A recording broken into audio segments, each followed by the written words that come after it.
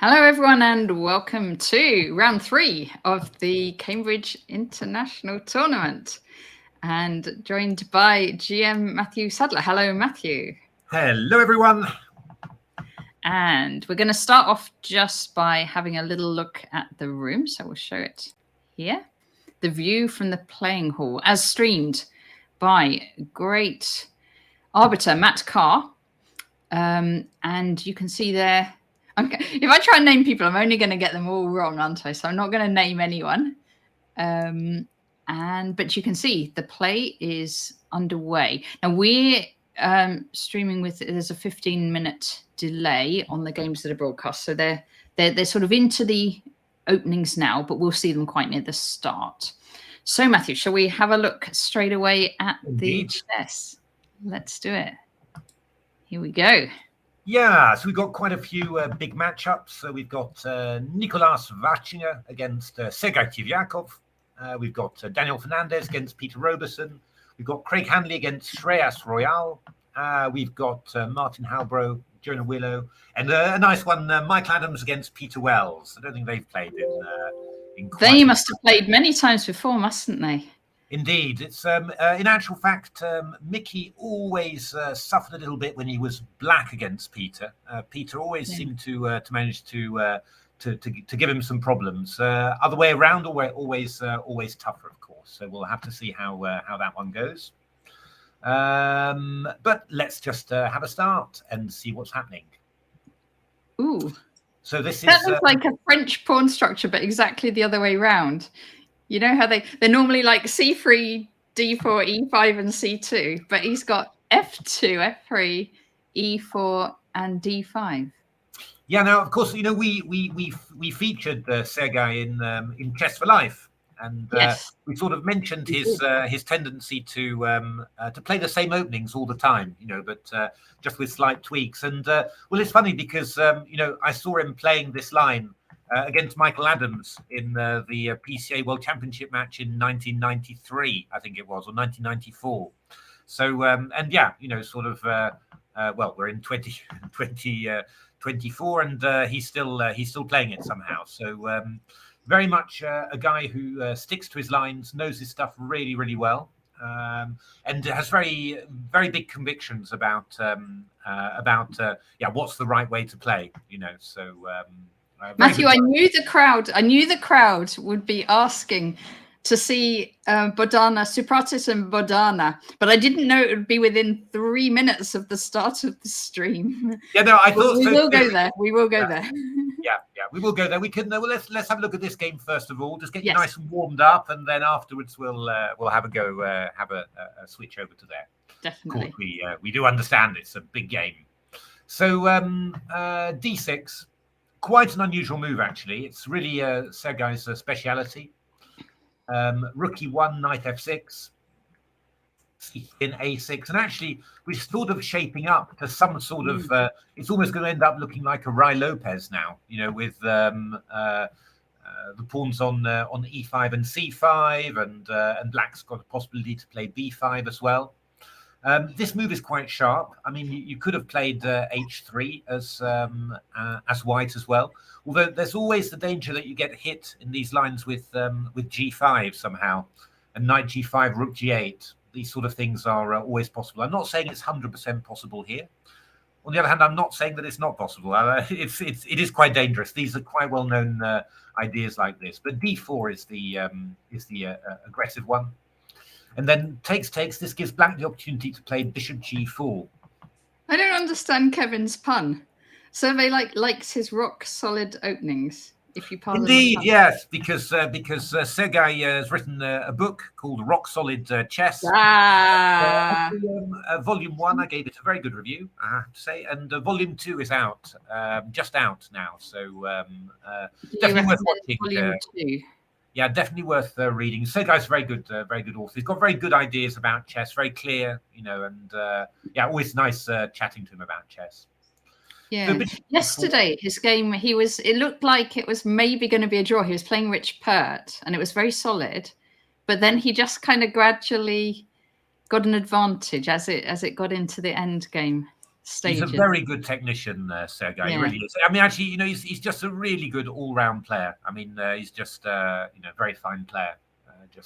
And in his day, well, I mean, he was one of the guys who had this enormous unbeaten streak. 107 games or something like this, and that was against very strong average opponent range. So he was a really, really impressive player in his heyday, which was, I guess, the 90s, really, just when I was professional as well.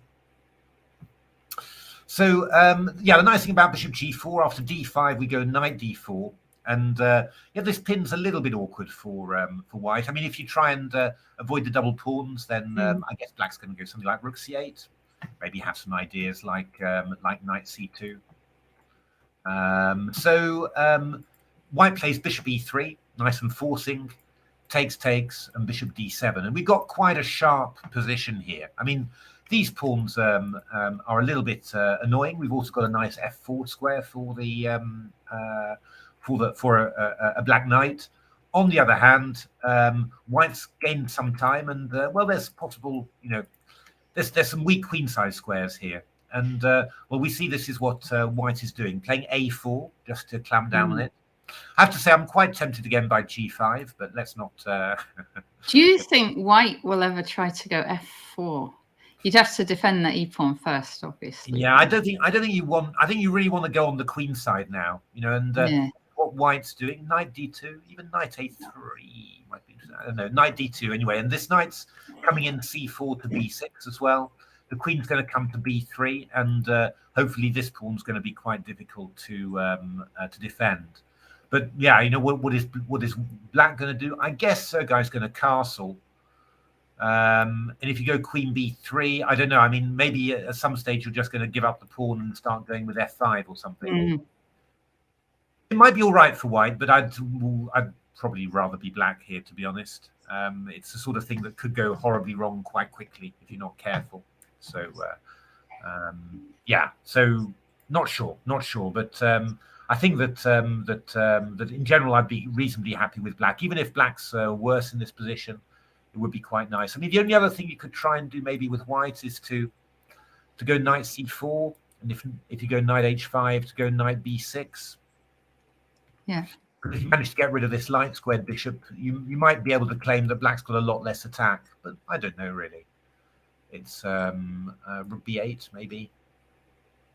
You're going f5 in the end. It always feels like you've got counterplay, So in general, I would have thought that Sergei is not too unhappy with the opening that he's got there. It's certainly gives chances, and white's had to take on a fair number of concessions there in order to have a chance for an advantage. So not bad. Shall we move on to the game that everyone wants to see? We'll do a quick blast of it. Yeah, let's do it. The youngsters. Board 17. Yeah. Lawrence Cooper pointed out that if you add up the ages of the players, then it makes 17, and they're playing on board 17. Ah, very nice. Well, let's have a look. There's not much to say about it so far. I have this interesting choice, the Rubinstein French, very solid from black. Yes. Am I remembering right? Didn't he play an exchange French as white yesterday? I'm pretty sure he did, which is also pretty solid. Yeah, there's quite. This is really a very solid line indeed. Actually, it's maybe not quite what I'd expect from a 9-year-old. Very responsible and a mature choice. John Spielman played this a lot with black, and that's interesting because John helps coach Badana. Yeah, no, it's true. I was thinking of that. So she should be well versed in it. She should be practiced in it because she's on Blitz against him, doesn't she? Yeah, I think she beats him from time to time at Blitz, which is very, very good. Very impressive. Yeah, no, it's interesting. There've been a few books about it. I mean, there's the Swiss Grandmaster. I think it's Yannick Pelletier. He plays this, played this an awful lot. And Georg Moore as well. I think German player, plays it an awful lot, and yeah, I mean, they're very successful with it. But it just, I've always felt that you need a high degree of accuracy as black to get a vaguely nice position, you know. So it's always felt less tempting to me. But so is that really just playing for equality? Yeah, sort of. I mean, it's certainly at the elite level you're playing for equality.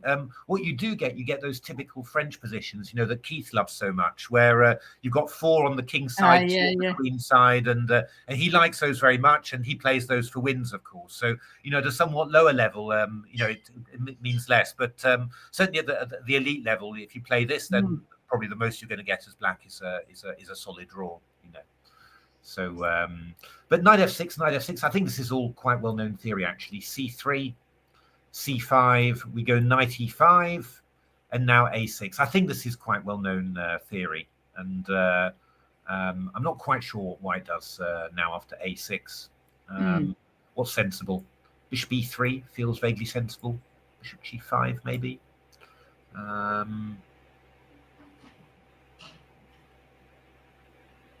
Where would you put your king's bishop? If you.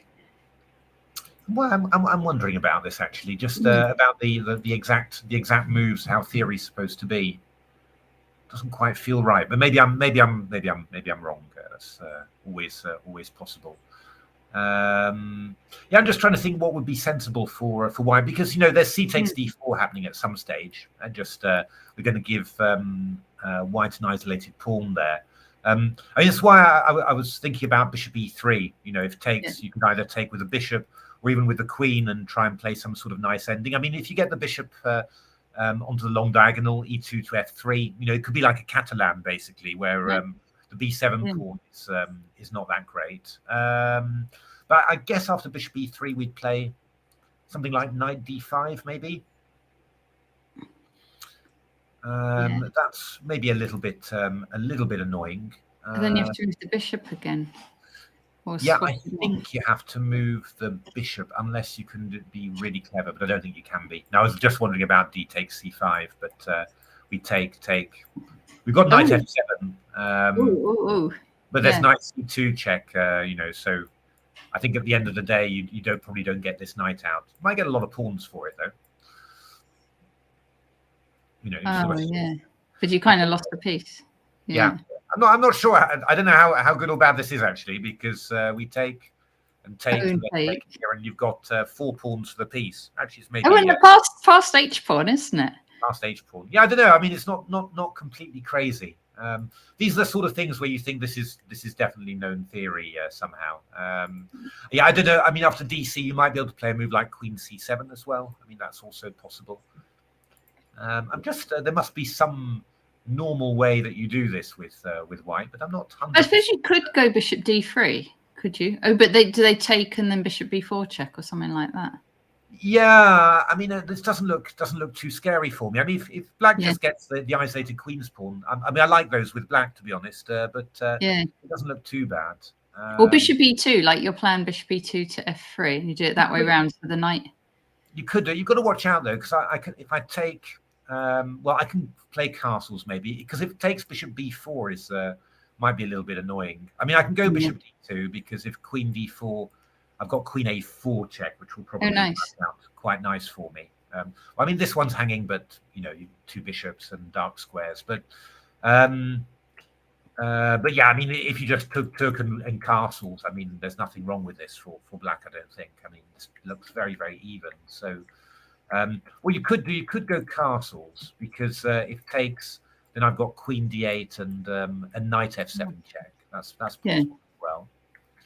But after castles, I don't know. Even bishop c5, even bishop e7. You know, I mean, this doesn't look so terrifying for black somehow. So I'm slightly wondering a little bit. I'm wondering, I don't know. Sort of wondering a little bit how the theory's supposed to go there. Whether you weren't supposed to play bishop e3 or bishop g5 first of all. Maybe you're supposed to play bishop e3 first. I'm not sure about knight e5. Can't remember these lines very well, obviously. But yeah, I don't know. White needs something at least in this position, something convincing. I'm not quite sure what it is. I mean, what you could do, I suppose, is to go play the move Queen A4 check. This might be the most disruptive thing. Okay, Queen A4. B5, So, I mean, can they go? Well, B5, I'll chop a Rooney. You'll just take it off and you'll just win. Indeed. Okay. So, I mean, if you go Bishop D7, I mean, I'm just going to take off there and just say, haha, I have the 2 bishops in an endgame, you know, and yeah, that's a very pleasant position for White in principle, you know. It's, yes. Obviously, the engines will always draw it for you, but not being an engine is a bit of an inconvenience in those sort of situations. So I guess Knight D7 would be the move you expect. But okay, we've got a bit more pressure here. B5 is still not a threat, and well, we've got a couple of moves there. Black's going to play either Bishop E7, Bishop D6, and castles, and then we'll have to have something ready. So maybe we can do something exciting. Like what now? What's exciting here? Natasha, you are the one for being exciting. So you've got to help me out here. Okay. See, I just feel like developing my bishops. But that's not that exciting. F4 then. I know F4 is the right move. You're a senior player now, and you're just doing sensible things all the time. Yeah, I want to go bishop out. Yeah, I mean something like you know, Bishop F4 is not stupid. It stops Bishop D6, of course, because we've got Knight F7. So it would maybe force you to play Bishop E7. Yeah, I mean, you could play Rook D1 and or even Castle's Queenside. But you could take on C5, couldn't you? And then do Castle Queenside. You can definitely take on C5. Yeah, I was going to do it next move, but maybe this is better actually because you're pinned here. So. Because if they then try and castle or something, you might want to go C6. That's C6.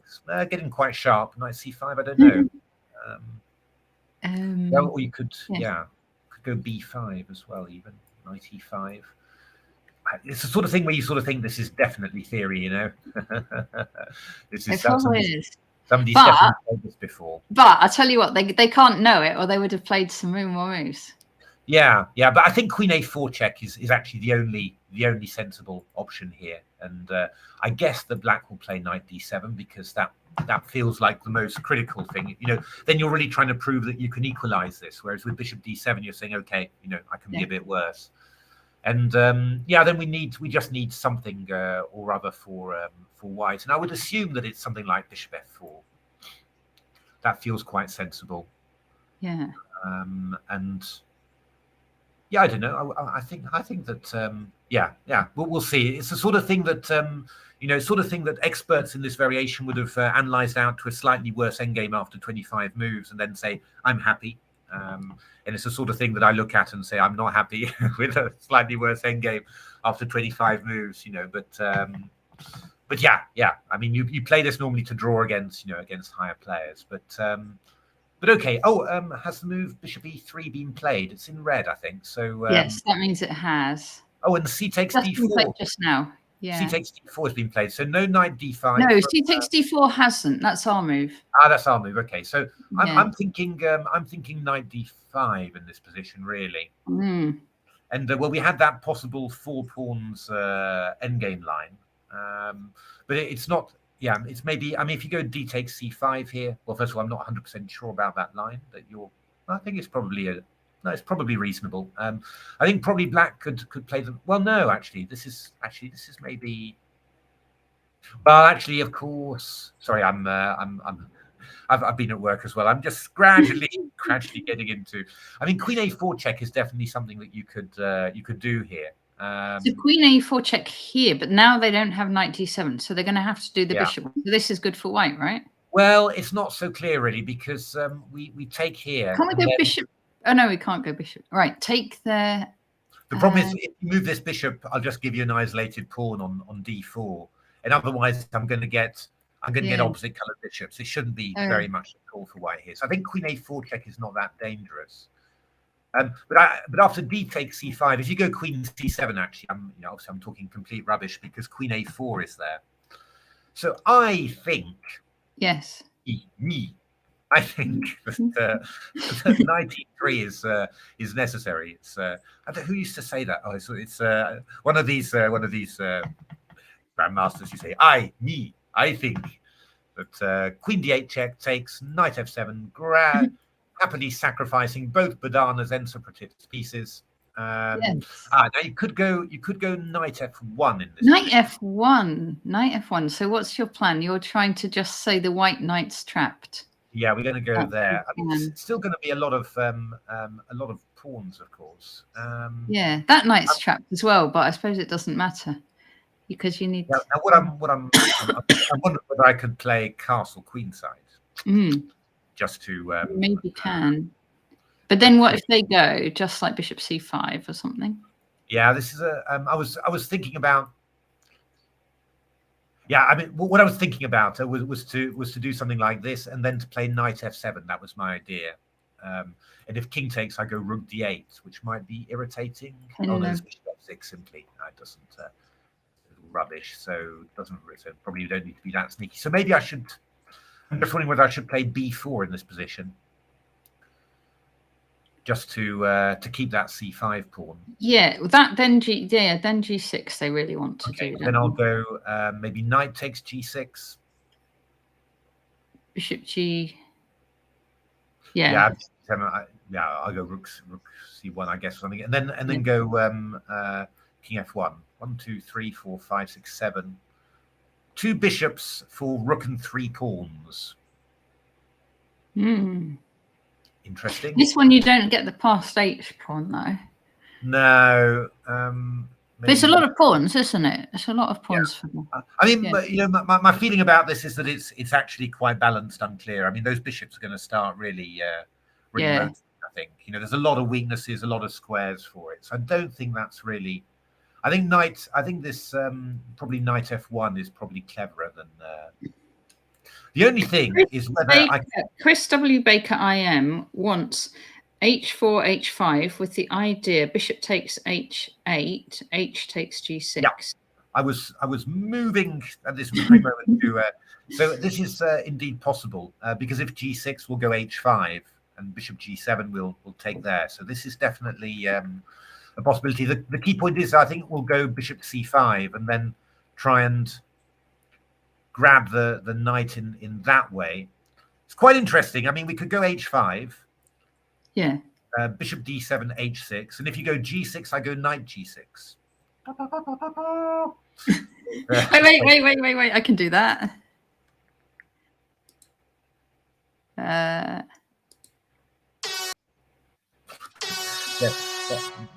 just sounds like I'm at Too Many Bean Street, really. But it's actually this is even working. I'm sorry, I was going to say something rather rubbish because I was going to say you go g5 instead. You can still do it.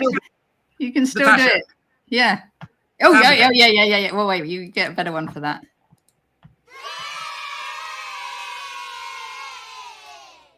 Of course, the interesting point is you could play bishop d6, and the knight is still. The knight's still trapped. Oh my goodness, on g6. Yeah, but you'll get caught with rook d1. That's not. That's just being silly. So actually, is h4 very strong? The strong move. It's conceivable. Chris wants b4 in first. b4 in first. b4 then h4. Yeah. But we're hitting this one as well. No, this is. No. I think we do need to go h4. It's not bishop c5 h5 is quite.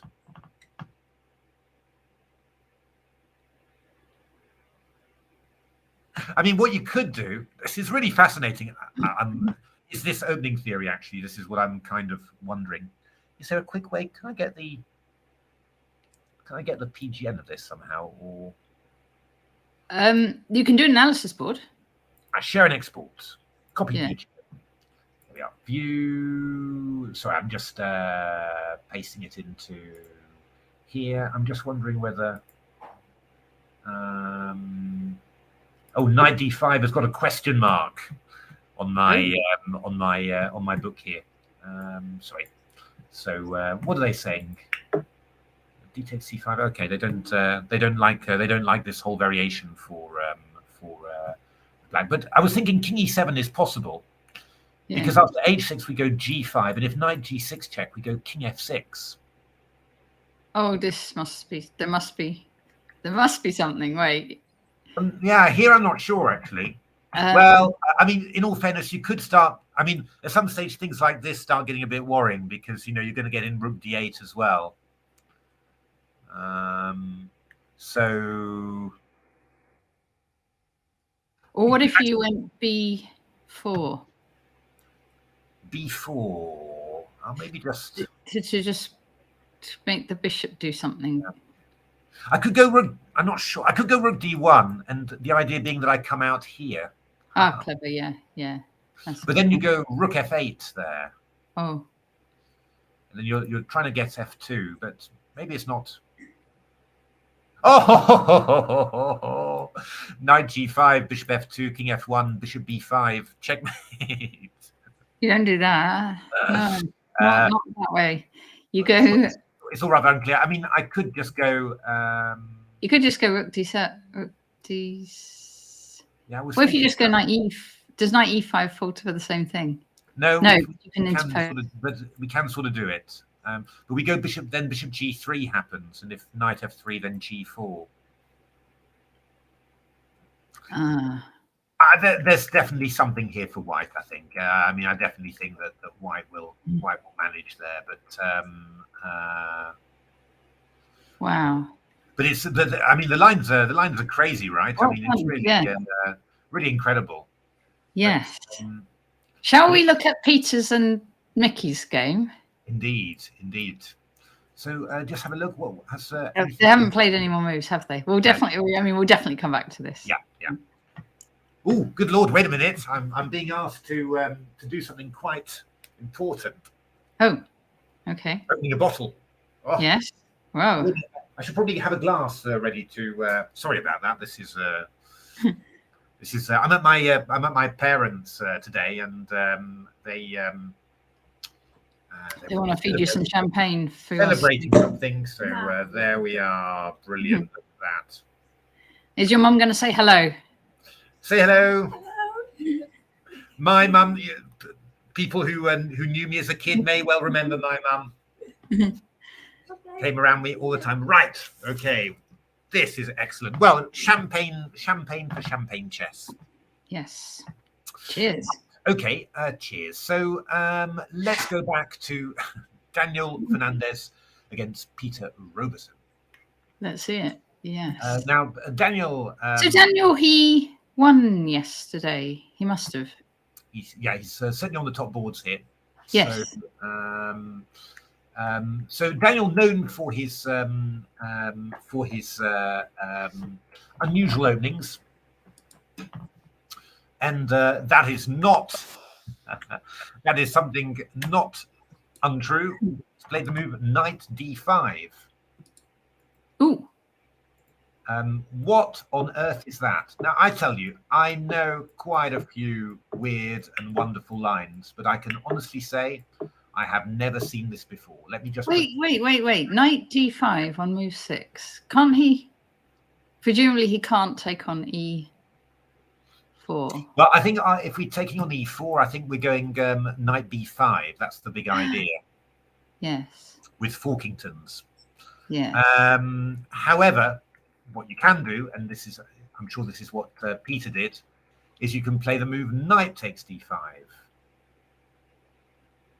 E takes d5 and queen a5 check. So this is actually a real live pawn sacrifice. Yes. But bishop d2 played, queen takes d5, and now knight b5. Ooh, family fork. Keep it in the family. So queen e6 check played, bishop e2, and queen d7. So what have we actually got from this? Can't you go like bishop g4? Or they just go e6? Well, or take it even, because your knight's, it's another one of those knights getting trapped in the corner. Yeah. Now, I mean, I think White's just playing for long-term compensation. In all fairness, Natasha, it feels a little bit like a Mora, really, doesn't it? You're just giving away a centre pawn for no good reason, and then you're sitting there confident, claiming that you got full compensation. No, when you said it feels like a Mora, I wasn't thinking that. I was thinking lots of active pieces and play. That's what I thought you meant. Well, let's have a look. C4 played, which is a good idea. And I mean, actually, the big problem for Black is how are you going to develop? And obviously, this is really the sort of thing that when you analyze it at home with an engine, you sort of say, yeah, there's nothing wrong with it, really. There's nothing in this sacrifice. When you try and analyze it, make a decision at the board, it's tougher. I mean, playing A6 is very natural, but then the knight's coming to C3, and then we've got always these possibilities that you have to watch out for. If you try and develop with G6, which ideally you would do, keep this pawn structure solid, make the bishop great again, then bishop C3 is rather irritating. I mean, you don't want to do something like this, really. You'll start getting hit with H4 or something, H4, H5. And, well, what Peter did was play E6. And then Daniel's played bishop F4 now. Nice. E5, bishop E3, bishop E7, and queen D2. And, well, I mean, basically White's just always there's a hole on D5. Exactly. White's always got compensation here. I mean, you don't exactly know quite how much, but I mean, the pawn on D6 is backwards. You're going to attack it. You've got a few extra moves that you can play. I mean, yeah, it's always going to be a little bit tricky for Black to make anything of this. So and this queen on D7 is very badly placed, and I'm not really sure where it's actually going to end up going. I mean, I'm assuming that Peter will go castles. Now, I don't know what Daniel will do. Do you think it's objectively worse for White, though? That is an interesting question. I think the engines would draw this 100% of the time. Evaluation. That's a tricky one. It would be actually quite intriguing to know what the engines think of it in terms of evaluation, because I'd always assume it's something like 0.1, 0.2, minus 0.1, minus 0.2, so a little bit under full compensation. But the engines are very surprising nowadays with their evaluations. So yeah, maybe it's even slightly better for White. I don't know. Yeah. Kevin's pointing out that Peter is a time travel addict, and so this is a good choice that he'll just have a good long think about it. Can we see the clock times on this? No, I don't think so. Or maybe on the big board. On the big board. On the big board. Yes. So. Oh, whoa! Wait a minute. What? Oh no! Sorry, I thought maybe somebody had played one of my openings, but not true. No. Let's have a look. Shall we have a little look at? If you go back to the first, because that was the second page of board, so it could be. Yeah. Let's see what they did. I think that Supratit has played Queen C7, Queen A4 check, and Bishop D7. So he is going for the.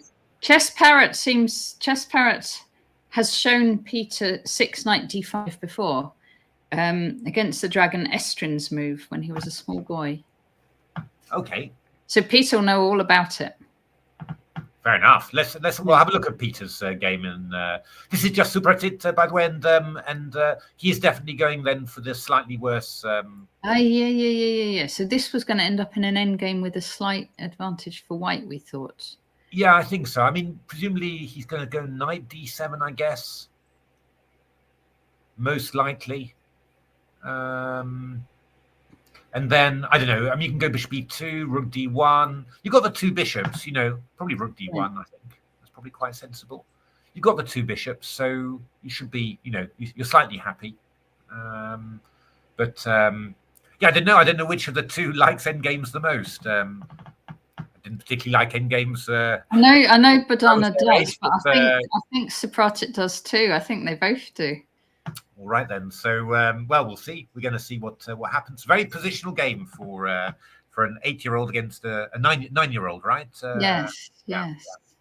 So we will see. Let's have a look at Michael Adams against Peter, because let's see that. Yeah. quite a nice game. So E4, C5, knight F3, E6, and Peter playing slight surprise, actually, or slight surprise. I mean, I know what Peter used to play when I was preparing against him in the good old days, but obviously that is many moons ago. So playing, offering Sveshnikov, which would be a good choice against Mickey, I think. Lots and lots of theory. So the opportunity to whip out, plenty of moves. Mickey has also played this line, which is quite sharp. Queen C7, F4, Queen B6. Lots and lots of theory on this again. So again, that would be quite a good choice in principle, you'd feel, against Mickey. You can. I think that Mickey lost a bad game one time in this line. I think so, but yeah, I mean, that would not be a bad choice. But Mickey just played the move Bishop E2. Quite quiet, and I actually thought, well, you're going Bishop B4 in these positions. I'm not sure. It's Peter just played D6, so we're into a good old-fashioned Scheveningen system now. Structure anyway, and but Mickey played rather aggressively, actually. He played the move Bishop E3, Bishop E7, and now Queen D2. I don't even recognize Mickey anymore. I mean, what is he doing? Castling queenside? Mickey. I mean, Mickey in the good old days, he'd just be castling kingside and playing A4 and positionally, and he's playing like me. Trying to hack him. What is this? So, oh, we have got clock times now. Look on this board, we've got it. Oh yes, they're on the side. And Mickey's playing faster for sure. Yeah, he's definitely prepared this. It looks like. Yeah. So, yeah, Peter's played knight takes D4. I mean, I guess that's right, really. I mean, the big drawback of having the knight on C6 in the Sicilian is that you can't play a quick B5, B4. You've always got to do something with this knight first. In the Najdorf, you keep it on B8, or it goes to D7, and that gives you your quick counterplay. In this system, you don't, which means that, some stuff like G4 to G5 can happen quite quickly. So what Peter does is quite safe. He played E5. So I'm pausing. I'm just wondering whether I've seen the move Queen B4 before. I'm not sure. Maybe Queen A4. I'm sure I've seen Queen A4 check before. And Mickey played Queen D3, and Peter is now thinking. I don't know whether we can see the clock times after. Peter. Yeah, you can. Yeah, you do. It changes when you click on the things. Yeah, I think Peter already after. Yeah, I mean, I think the Bishop E2 really has caught him by surprise. He's spending quite a bit of time. He's on 48 minutes now. So, yeah. Yeah, I mean, the key point is that, in principle, Bishop E6 is the most natural move. I guess that Mickey's going to be playing F4. Looking for F5. I guess that's what he's doing. Yeah. He's in an attacking mood today, it seems. Yeah, I don't know. Is Rook C8 so bad? Would Rook C8 be so bad for black? So if you then, if you go F5, you're going for Bishop C4, is that the Yeah, I'm always, yeah, almost slightly wondering about this, but this would probably be too You've been playing too much bullet. Knight G4 would probably be quite nasty. Would be a move that you want to play, but I don't think that this would probably not be that good for white. I would expect, because you could just take on here. I think Queen E2. Could you take and do this? Ooh. Yeah. Not sure. In the good old days, you used to say with excellent compensation for black. In the engine age, you're sort of a little bit less sure about that. And actually, Queen C4 might be quite irritating. I don't know. Knight F6, maybe. Unclear. I'm not sure. It could be quite dangerous for black, because black's not particularly brilliantly organized yet. You know, maybe you just go quick g4 here and quick g5. But black could go d5. Yeah, we give a little check maybe. And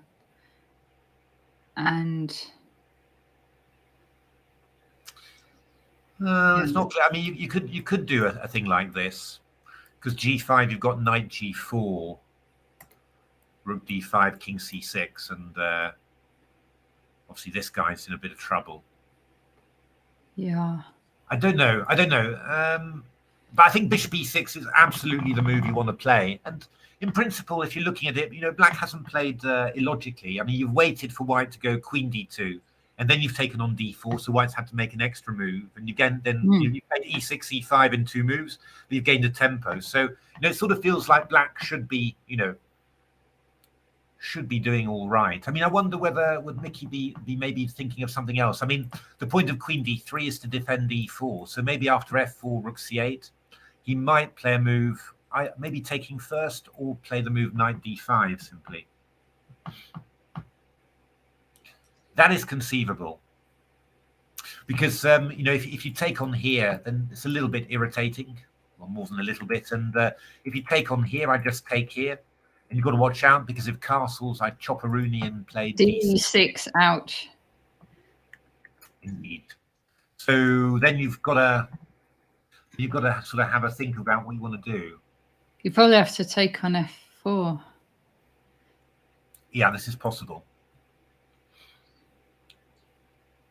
Yeah. And now white has to decide what to do. I'm always tempted by this idea, just playing here and then g3 and try and open up lines, but give it all away. Yeah, probably all rubbish. Bishop f4, castles. You'd probably expect this to be a slight edge for white, really. You know, black, but yeah, I don't know. I always quite like these positions for black in principle, but I think they should be. I mean, you got to, if you can get yourself organized on your dark squares, you know, then you can have a super game. It can go very badly wrong for white very quickly, but there's probably no particular reason why that should be so easy to achieve, you know. So it doesn't look too terrifying, really. So, but I think that Peter has played b5. Is that correct? That is correct. So you can make that, if you want to, make it the main line. Yeah. So no, we talked about that, didn't we? b5. I'm sure about this one. All right, let's say I'll play f4. Yeah. b4. b4. Yeah. Are you sure? I'm not sure. I've got a few dangerous ideas. All right, you don't have to go b4 if there's a. Well, no, I was thinking bishop b7. I was thinking bishop b7, and then what I wanted to do was to play knight takes b5.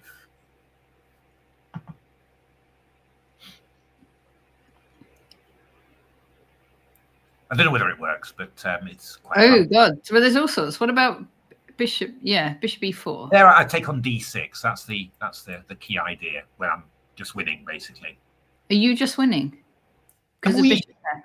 Oh, and extra pawn. I have extra pawn. I am winning.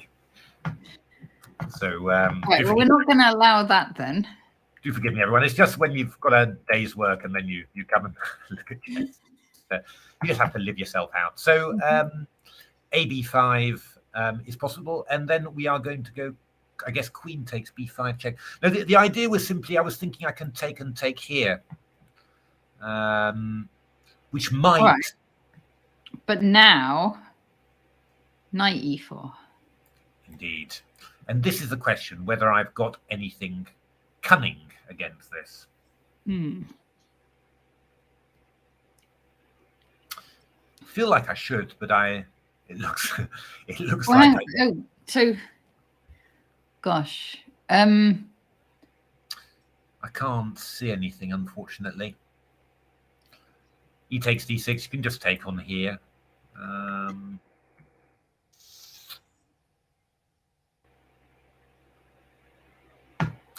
Yeah, no, I don't see anything in particular. It just doesn't look like it's happening for me. That's a bit of a shame.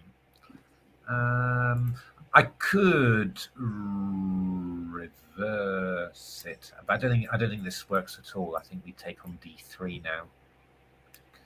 Knight c7. You can throw knight c7, but they, yeah. Yeah, no, this is not gonna work. Or is it? Yes! Look at that! Knight d8. You can't do that. Why? No, but hang on. Why can you do that? They're going to lose their queen because they're going to go queen d1, let's say. Yeah, then I go rook d1. Check. And the knight comes out to b6. Yeah, king here, knight b6. It's probably quite good for... Wait, is this a proper line? Go on. So what was that? So I'm saying b5, f4, bishop b7. I'm just f takes c5. That's a real line. Takes and then knight b5. Because if you go takes, now I'm taking with check, and you can't play queen d7. So actually, you're losing the whole house. Losing a queen. So you take on d3. I think that's the. I mean, you could also take on e4 or something, but I could always play knight d6. I mean, this would also be quite nice for me. Quite apart from the fact that probably queen c3 is borderline winning. Yeah. With many threats. Many threats. Queen. So yeah, then you take on d3. I go knight c7 check. And whatever you do, king d7, king d8, I just take on here. Nice. That's quite cool, actually, isn't it? Really, yes. Yes. I haven't actually seen this tactic before. Yes. Nice intermediate move. Mickey will spot it. Natasha, intermediate move. Yeah. I mean, indeed. A plug. Yeah. No. But Mickey's writing a forward or he's written it on our intermediate move books, his Vision book. So he knows all about them. He's got loads of. He's actually really good at them. He's the Zwischenmeister. Damn, I didn't know Mickey could speak German. So f4, b4. Yeah, so this is really nice. This is bishop b7's a big. I don't like b5. I really don't like b5. It's not right for this system. It's not right. So yeah, I think this is quite. It's dangerous.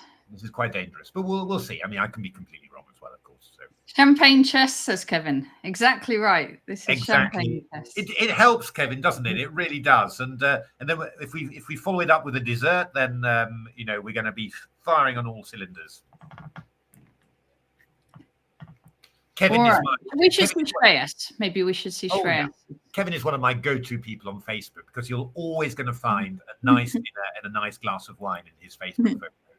Whoa, we've got an explosion here. Craig Hanley isn't he's an older guy, isn't he? I'm sure I played him at Lloyd's Bank Masters like 1992 yes. or 4 or some kind of time. Yeah. That is the same Craig Hanley, isn't it? That's what I was I think it is. I think it's the same one. Yeah. Oh, nice. Yes, and nice to see you, Craig Hanley. Indeed. So we've got a London system. Have we got a boo sound? Do you really want a boo for the London system? Oh, let's give it a boo. We can have a gasp. Yeah, excellent. There we are. So d5, e3, c5, c3, knight c6, knight d2, queen b6. This is quite normal. Queen b3 played, and now c4, queen c2. The move orders are quite important. You can also play this line without. If you play 1d4, d5, then you can get this position, and then there's an absolutely incredible. Oh, let me show it to you. My impression is Shreyas would know a lot of theory. I think he's fairly well booked. Yeah, this was one of my proudest novelties, and I found it and I held it in reserve for Mickey for years. Because for Mickey. Okay. Because I really wanted to get it against Mickey, and then obviously I never played it, and now it's quite well known. But The idea was this one, c4, queen c2. The point is bishop f5 looks quite sneaky, but this isn't actually very good for black, because you can take and go queen b5. It's a well-known trap. Lots of grandmasters have fallen into it. It's just winning for white. But what I noticed was that you could play the move e5 first as a gambit, and after takes you go bishop f5, and all of a sudden queen f5, queen b2. Yeah, this is actually working quite nicely for black. So white plays queen c1, and then you follow up with g5. If bishop g5, we've got knight e5, and we're coming in here. And if bishop g3, then we go, we've either got h5 or bishop g7. Lots of compensation for. So which year did you think of this? Ages ago, ages and ages and ages ago. And what year was it first played over the board? Oh, I think I actually saw it first in a book by Graham Burgess, actually, which was something like nice. A solid or a clever opening repertoire for black, some book like that. But that was in something like 2017 or something like that, and I'd had it for. You'd had it for 20 years before or something. I'd had it for a long time. No, not that long. It was sort of around 2011, 2012, just when I started coming back from chess. And I think Nicky had played the London system or something, and it was. So I thought, I'll have it against him, because always useful. But presumably you haven't played him since then. I haven't played him, of course not. He was. There was no chance. It was just I didn't play many games. So dilemma for you. Say it was like 2000 something or other, and you've had this system for 6 years, and then someone else played it, and it wasn't Mickey. Would you have kept it in reserve? I think I probably would have. You'd have done it.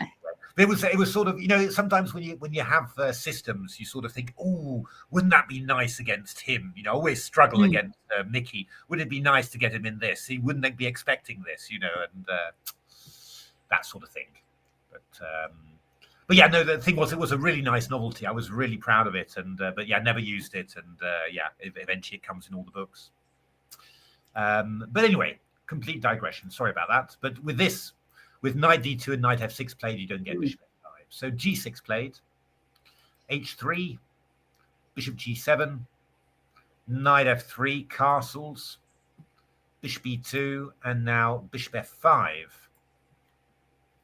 Queen c1. So this is quite, pretty typical position now. I think this is probably quite well known. There's maybe a fair amount of theory on it. Black sort of decide what to do with the pieces. I mean, knight e4 is possible, just to try and swap off some pieces. Knight d7 is very ambitious. You're looking for this move e5, just to achieve that. So that's very ambitious. And now Craig has reacted. Now, I do wonder, how much time did he spend on this? Yes, good question. 15 minutes. Shreyas playing quite fast. Played the move e4. And the question is this it a pawn sack? No, just... Well, the idea is that if you're taking here, you can go knight takes c4. That's the big idea. Right. So what you would expect then from black? Well, black's got two possibilities here. Bishop takes e4, obviously. E5 might conceivably be an idea. Wow. The point being takes here, and maybe this is interesting. I'm not sure really, but it's a possibility anyway. But let's have a look at bishop e4. Knight takes c4 takes, and then I'm assuming we want to go knight d2 here with a threat of knight takes c4. Yeah. And now we would expect that black should have something clever prepared. Yeah. Something clever. Well, okay. E5 is going to be the main thing that you're going to do. Knight takes c4, and then queen d8, I'm guessing. Oh, actually interesting. Okay, so what does white want to do here? Well, there's several possibilities. I mean, taking on here doesn't look amazing. So black ends up with that e-pawn, but white ends up with the bishops.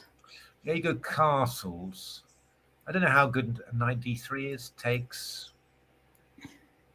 Queen d3. Maybe knight d6. Doesn't look bad for white, I have to say. I expect this is a slight edge. But what I'm wondering actually is whether you could even go bishop g5 here with white. So F6. maybe, yeah. And now, et maintenant, que vais-je faire?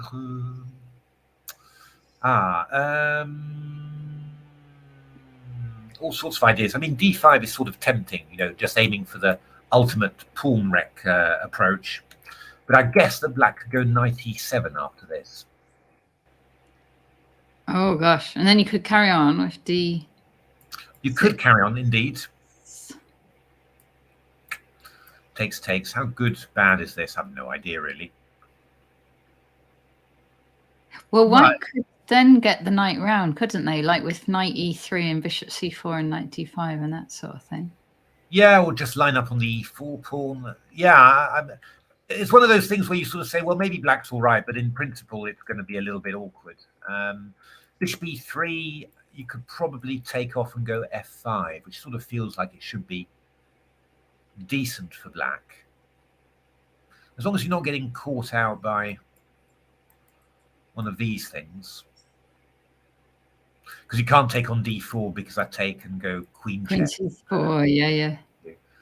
But I don't know, you got queen a5 checks and stuff. Doesn't feel like it should be all right. It's interesting. It's definitely interesting for white. They've gone down a different route, it seems. Oh, he's just taken like that on even. Oh, okay, he's done it like this. Okay, that's maybe cleverer in actual fact. Yeah, that's probably cleverer. He's going to get more. If you go knight d2 now e5, you don't have this bishop g5 idea. So that is maybe better. But what are we going to do here? I mean, what you would vaguely think of really would be if it's going to go well for me, I would play a move like knight e5. Knight e5. Yeah, knight e5. I'm sort of thinking that this is never going to be super, is it really? Yeah. I don't know. Queen d5. Maybe it's not terrible for white, but it's not going to be great. In general, I'd assume that only the black would be more likely to be better than white, really, in this sort of position. I mean, knight h4 would be cool, but I'm guessing you just return with bishop e6 then, and just leave this knight looking a bit silly. Mm-hmm.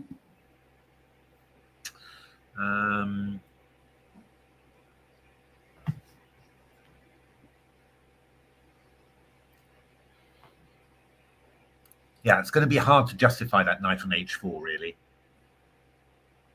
So where's the problem? If it goes wrong, then people will always say, well, didn't you see that your knight on h4 was offside, you know? He doesn't have any squares. That's his problem. One of its problems. Yeah.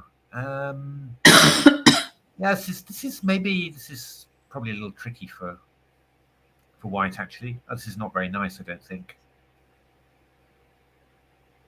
Maybe your knight e5 move is the best, but it's not. But it's not, yeah. It's not really doing it for me. It's one of those positions where you can, it can all go horribly wrong. If you try and stabilize it with some slightly outlandish moves, then you suddenly realize that all your pieces are horrible. I think this has not quite gone right. So I think Shreyas has played that well. So I think black's doing quite well here. Yes. Let's have a look. Let's have a look where we. Do we have to check in on. What is Matthew Turner doing? Oh, let's see it. Yeah, let's see what Matthew Turner's doing. What? What? He always does crazy stuff.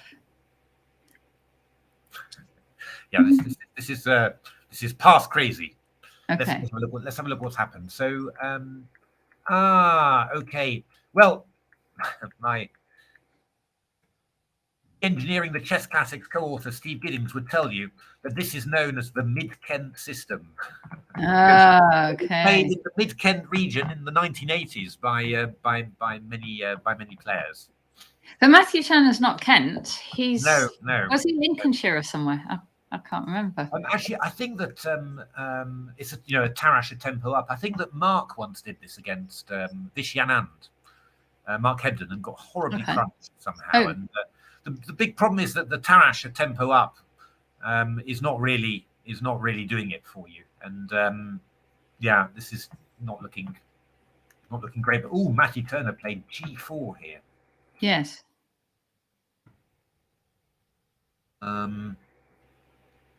It's a little bit wild, this, really, because, with the knight on G5 and the pawn on G4 here. Bit loose, you think? It's all a little bit loose, really. And after H5, he's played knight H2 here to try and hold the king side there. So Queen D7 attacking now. That's a bit nasty for White, this. So, already. But maybe... what's he going to do? Drop his bishop back to defend, perhaps? Well, but then we start going stuff like Rook D8, I think, and this one's looking a bit... You're sort of, all sorts of squeezed, and it's just very hard to know what you want to do here with White. I think it's just an opening, a bit of an experiment. I think gone wrong. I think. So, but okay, it's loads to play for, right? I mean, it's early days yet, but yeah, he's good at tricks, Matthew Turner. Oh, Matthew's he's really a hell of a good at tricks. player. So yeah. We'll see how he does that. But I think that opening has gone quite wrong for White. Let's see Matthew Wadsworth and Stephen Dishman. Yeah, this is quite interesting. Stephen Dishman, another name from the past. He was always he was a junior. He's playing a lot at the moment. He's about our age, isn't he? I think. Yeah. He was playing at the seniors events, and he's been doing very well there, but playing other things as well. He's like, I think he kind of, I don't know if you call it retired or had a break from his work. I think he's going back to work at some point. Or that's what he told his wife or something. I don't know. But he's doing quite a lot of chess in the meantime. Lovely. It's F5. Okay, so we get this system, known as the slow Slav.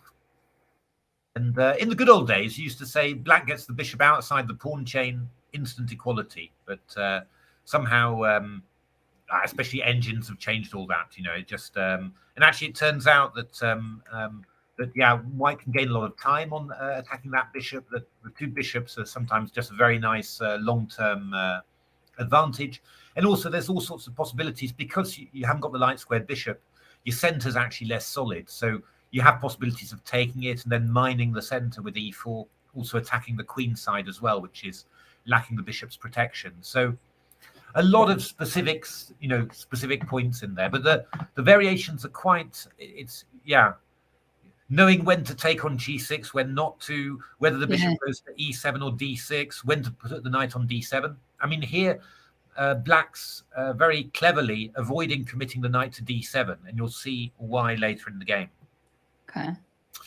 So I think this is a little bit early, I think, but I'm not 100% sure anymore. I used to know these lines very well, but just... but queen b3, queen c7 play, and you're attacking this pawn on h2 now. Oh, so you are, yeah. That's why I thought that you were meant to wait, actually, with capturing somehow. And I thought that you were meant to wait with this capture as well. You're going to see, of course, that it's all completely correct. But the point is that after takes castles, because Black's delayed putting this knight on d7, now the knight comes out to c6. And this is quite nice because you're going to get knight a5 hitting the queen. So I do think that in general this has worked out decently. But I'm not sure. King b1. I think Stephen would know his theory really, really well. Yeah. I mean, Matthew, because doesn't he himself? He plays some of this Steve. Oh, I don't know, I can't remember. I think no. I'm thinking back to the previous game. I think he plays London system sometimes. But he's like one of those ones that knows, plays the London system, but then knows all the moves. I mean, this is quite interesting. I mean, obviously h2 is hanging, but b7 is hanging. I would have expected maybe a6 here from Black. trying to play a6, b5, but I think white goes rook c1. Actually, this is starting to look familiar to me. So maybe this is just known theory. Stephen played knight b7, and here Matthew played something quite violent. Actually, he played the move e4. Okay. So, no, but what? Oh, wait. So what if you take on? Hold your horse. Is something really bad going to happen if you just take on d4 straight away before doing anything else? Yeah, this is what Black did. So Queen A4 was played. Yeah. And then you drop your knight back. Knight C6, and now Is something bad happening here? So actually, this may all well be known. Knight B6 for preparation from Matthew. So Knight B6, he played the move Queen F4, swapping off the queens. Yeah. Chopperoonie, and now Knight D5. So I guess we're going to get takes, and Rook D5. And yeah, I mean, White's got a side edge, 2 bishops. Okay. Yeah. Not a joy for Black to play, but yeah, not. I mean, in principle, it's a decent position for Black, you know, but obviously it is quite nice, a slight advantage for White there. Yeah, I think it's sort of position where it's kind of crucial now to get a good defensive structure going, and you know, it's not 100% easy. I mean, if you went a move like Rook D8, I'll take off. If you took with a king, I'll go Bishop C4 and just attack that pawn and sort of ask you the question. Well, you know, what do you want to do with it, really? You know, do you want to move it, but then this one might get weak, or do you want to do something else? I've also got little Rook D1 checks, and then you're going to have to decide: am I going to go there or there? Bearing in mind that you know, if you played, for example, a move like G5, Rook D1 check, and I go Bishop G3, you certainly can't play F6 because of Bishop E6 checkmate. You know, so so yeah, I don't know. Maybe this is actually a little unpleasant stroke annoying. I don't know. I mean, maybe Black should just go castle. Just castle and be a bit safe. Because if you go Rook D7, I can probably go Rook D8, I guess. Oh, and if they take on V7, you go Rook D1. I guess I can get away with this. And then, that's interesting. I mean, I have Knight D4s, Knight B4s, Bishop F6s. Yeah. You know, I should be all right. I should work out. Yeah, nice. But yeah, I mean, so I think, yeah, but it's just definitely something where you say Black's got to be a little bit careful now. And you've got stuff like maybe Bishop B5. I don't know. You know, all sorts of things where Black's got to think, oh, do I want to allow that? Do I want to allow a weak queenside pawn there or not? You know. So I'd say that this is probably a somewhat unpleasant position for Black here, I would say. Yeah. That would be my conclusion. Let's have a look. Let's go back up to. So we've got. What about Declan Shaffi and Nikolai Volteri. Let's have a look how that went. Haha.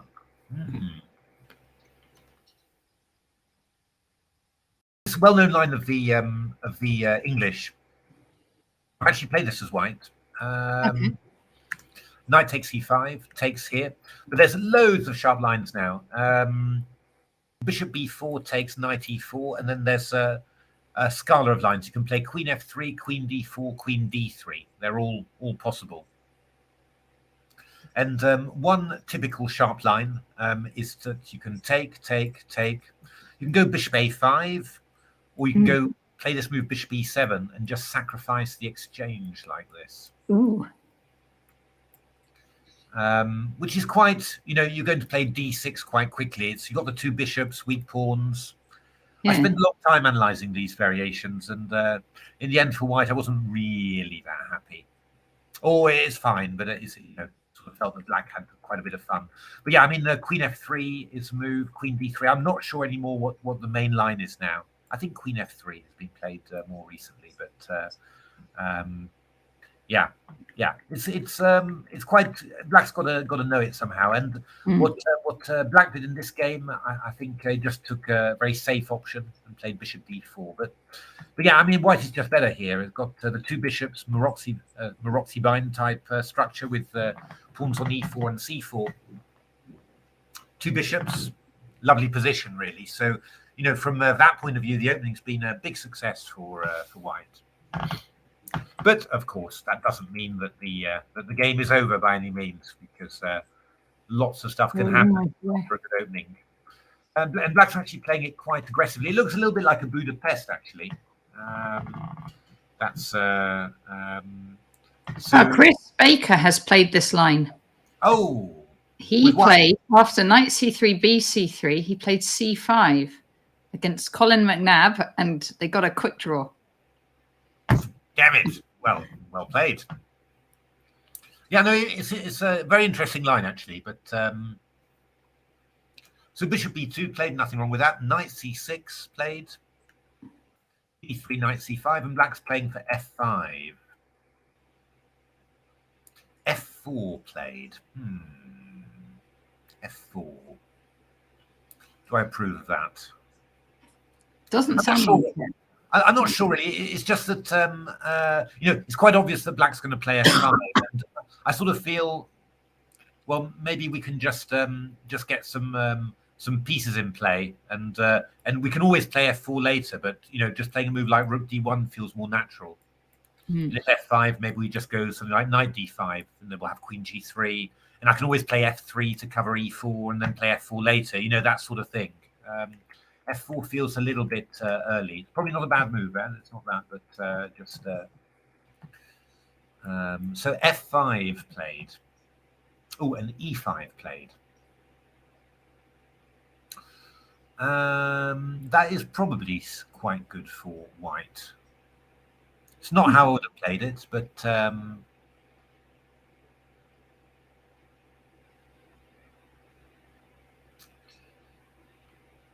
I'm just getting yeah. You can't take it. Yeah. I was getting a bit distracted. I was just wondering all of a sudden whether f5, e5 was possible. You could. Oh, and then f4.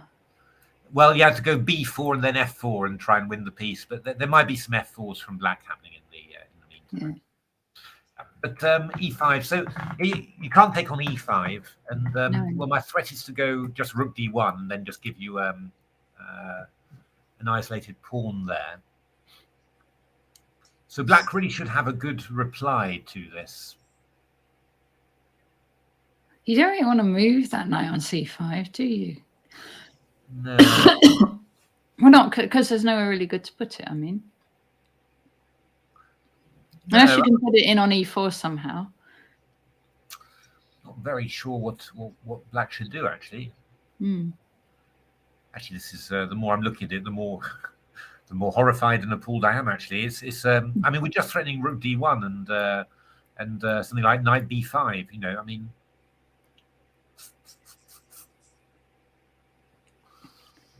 Yeah, I don't know. We need to somehow counterattack, don't we? Yeah. Well, so that would be something like bringing the queen out. But no, I don't know. Yeah, I mean, I've got even moves like this, starting to attack the. I don't know. Yeah. This is very scary. I think Black's in a lot of trouble here. That happened quickly, didn't it? Because. Yeah, he's played queen e7. I mean, queen e7, yeah. Knight d5 is a possible. I think queen e7 is probably the most sensible. Yeah. I mean, I think you're probably intending just to take like this at some stage and just say, okay, I've got the weak pawn, but because you've played f4, I've got the c4 square. But I think this is really quite worrying. I think. I mean, I think if you take here, you probably wouldn't dare do this. I mean, I've got bishop a3 or stuff. Ooh. Yeah.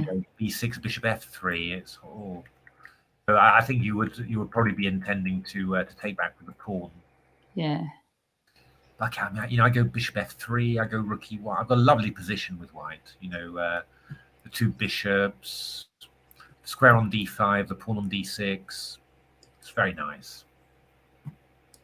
So no, I'm not too happy with that. Nikolai. Craig. You know Nikolai. So he beat John Bagley and then Abiodo Santos. A good tournament, 2 out of 2. 2 out of 2. Oh, Westminster School. Okay, that's his. Oh, he's quite. I was wondering how old he was. Oh, we've got a Mickey. We've got quite a few moves in Mickey against. Let's see it. Ooh, then I'll just maybe have a look at another game. But after Mickey went Bishop G5 after B5. So maybe he didn't study your intermezzo course enough, Natasha. He has. He just he's saving it up for a bit later in the game. All right then. So after B4, he played Bishop takes F6. There you go. That's an intermezzo. B takes C3, Bishop E7. C takes B2, check. King B1. Very typical not to take the pawn. Use the pawn as a shield. King takes E7 and then F4. Nice. So, okay. So he's going to open up this center and go for the king. How is this looking? I think it's well, looking... if it was white's move, it would be looking really good for white, wouldn't it?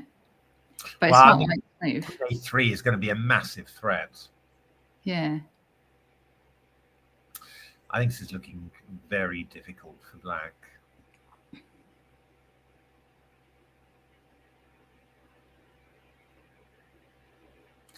I'm struggling to find any move that I like, to be honest. What if black just tries to go like F6 so that if the pawn's taken, it's not all opened up? Okay.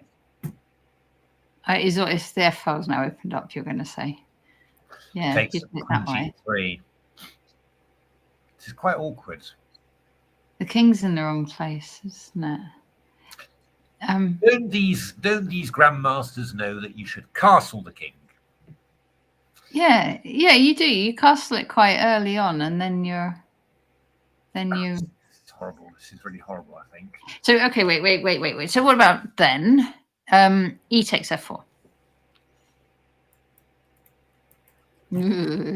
Okay, yeah, but okay. You don't really want to take that because of Queen A3. Not particularly. No, that's definitely putting some shade on your day. I mean, no, just go back to yeah. Then what if you go A5 and try and go Bishop A6 to get a bit more? Incredibly optimistic about the amount of time that you've got in this position. F takes E5 is threatened. My king is open. I play A5. All right. Stop. Go back one more time. So we have to come. Someone get the. Say you went. I was going to say rook E8, but you still just go FE5. It's quite an easy plan, isn't it? This FE5 thing. Yeah, I mean, I'm sort of thinking that maybe you should go something like Bishop E6, take some King F8 or something, and just claim that that white's broken through, but how bad is it? Yeah. The question is, of course, it might be quite bad, but quite bad. But black could try and get counterplay against A2 somehow. Yeah, I mean, the one thing I'm kind of worried about would be in this sort of position would be D7, and Queen A5, D8 Queen, intermezzo.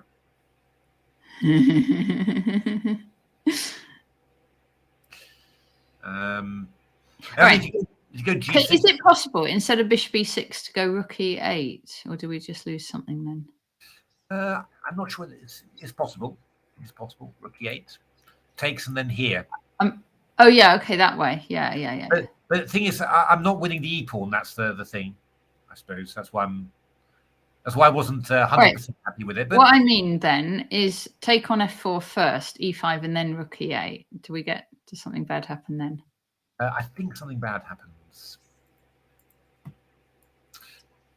Oh no, you're claiming that we have. I was just trying to get the king out, but is there like a Well, is there a mission Zug? You've been very clever there, because E2 is hanging, so we can't take like this. Yeah, that was the plan. That was the plan. However, there is stuff like Queen takes H7, which is it's not an intermezzo, but it is.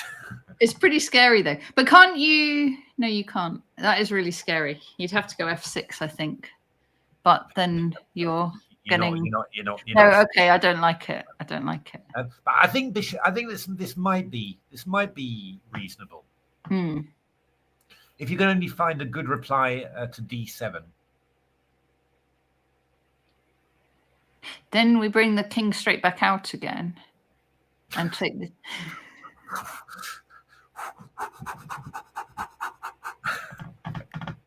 You don't do that. That was just a test.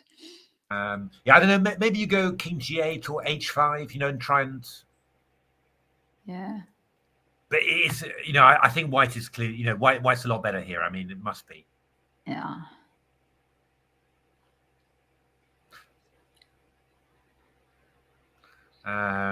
So I don't like that very much, but I don't. No. I think that's the best he's got. I don't see. All right. Let's see Daniel Fernandez. No, I don't think he's got anything better than that. I'm thinking about some absolutely revolting options. My goodness.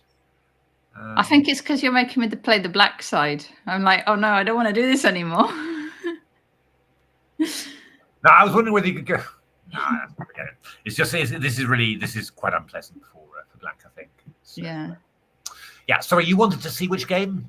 Board 2, Daniel Fernandez against Peter Roberson. How's that? Oh yeah, so this has gone pretty much as you'd expect. This the pawn sack in that opening. Rook D1. Actually, Peter didn't play Rook D8, so he played Queen D8, just trying to get his queen out. So I guess the idea was to chop a Rooney and then go Queen A5 check and pick up a different pawn. Fair enough. Well, yeah, okay. I mean, it would still be some sort of compensation, but we'll play castles, B6, and then F4. Now Queen B7 from Peter, stopping F5, and now Daniel is thinking and got to try and find some compensation for the pawn.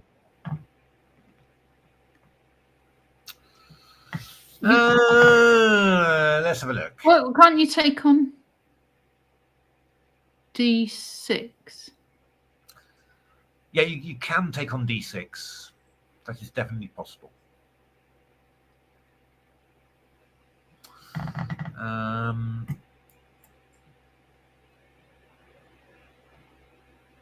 then I guess that Peter is thinking about Rook D8.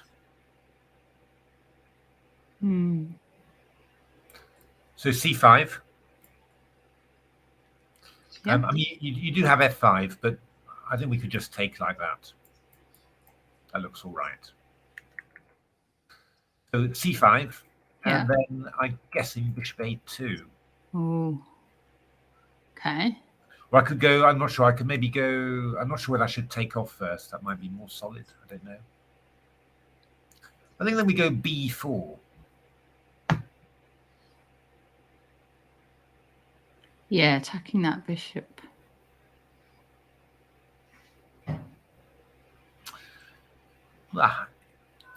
It's still compensation. I mean, it's still. I mean, we'll probably throw in Bishop B3, I guess. Rook, maybe B1. Bishop, and then B5 after, maybe. Yeah. And that knight has to go backwards. Indeed, then Rook D1, something like that. This feels like, like quite nice compensation, I think. So knight d6 would be something better than what we said. I suppose. Past Pawns commenting, Daniel playing more theory these days. But this one is still a little bit unusual. Still a bit unusual, this one. I mean, Daniel has written a few books on openings, so presumably he's picked up quite a bit of mainline theory from that. But this was very unusual. This was incredibly unusual. This line, knight d5. I've never seen it before. Never even thought of it before.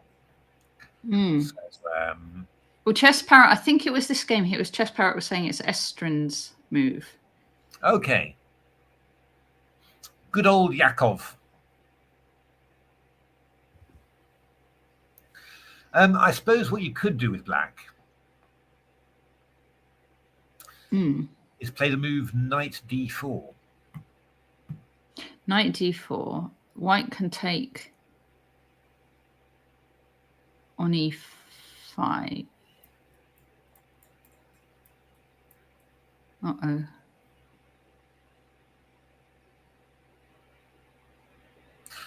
So that would be quite irritating. Well, you can. Oh.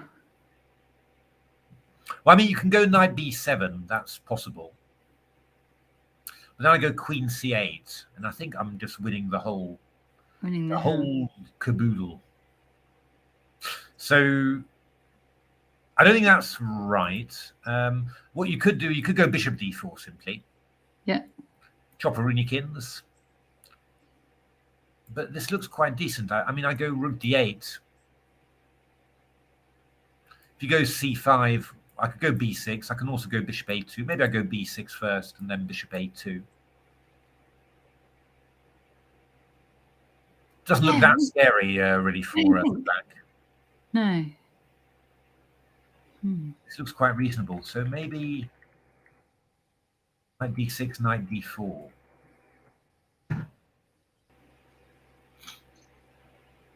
Por favor.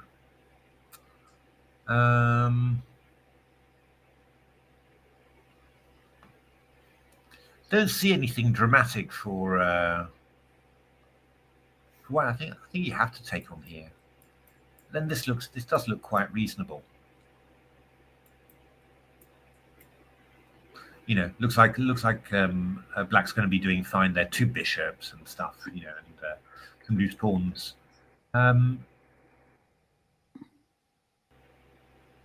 Oh, I think this has been played. He took on e5, takes and went b3. So he's just broken up those pawns and still leaving black with that slightly sad pawn on d6. Actually, also threatening a7 now as well. So that's probably a nice move from Daniel, I think. Yeah. White still got pressure, yeah, you know, everything to play for, really. Yeah, that's a nice solution, I have to say. Take some b3. That's very nice.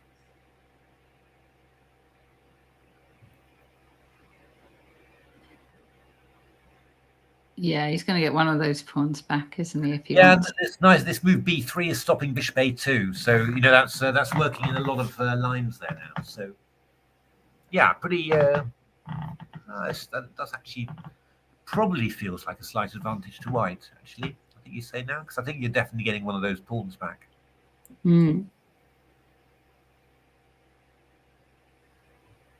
Yeah. Let's have a look. What else? What have we got here? Peter's thinking, down to 24 minutes already. We do have fire on board. Oh, let's see fire on board. Oh my goodness. So yeah, the idea here. This is Andrew McClement against Benjamin Simpson. The idea is actually quite simple. If it takes, we go check here. Takes, and we're just going queen h3 to g2. It's just going to be absolutely horrible. So, is there anything for white? Do you know this? You know the answer? No, I don't know. I No. don't know. I just saw it just now. That's Yeah. Of course, as Grandmaster, I have my ideas. Excuse me. I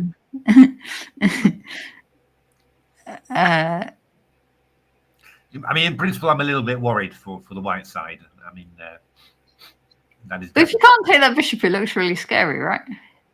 You would have thought that that's not really an if. You actually can't take the bishop. Yeah, I think the only thing I could think of would be to play the move Queen takes d6. Okay. Queen h3 threatens mate. And then right there. Okay. If you took there, I would go check. Well, actually, I'd go b3 as well. Actually, that would be maybe even have a chance of winning. But I mean, I've always got potential anyway, because at the very least, because knight d6, queen g2. So, but what you can do, you can play king h8. That's what you can do. Yeah. But then what I'm looking for now. Yeah. Queen h2. Okay. But what about? Have you got? You must have something like bishop f2 or king f2. Yeah, and then Nora. and then bishop f1. Now then I take an h3 simply. You know, I mean, I'm not material down anyway. I'm claiming that as a win. But you are material down on, or maybe you're not. I want to go rook h1 in this position. That's the idea. Do you? Well, exactly at this moment. No, but no. But bishop f5. Oh no, the knight's defending it. That's no good. At precisely this moment. Okay, so all right, fair enough. So what I'm wondering about, I mean, I could play the move knight h4.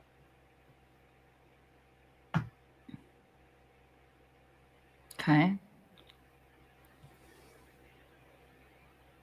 Problem is your knight's on h6. That's the sort of the slight. There's a lot of pieces on that h file, aren't there?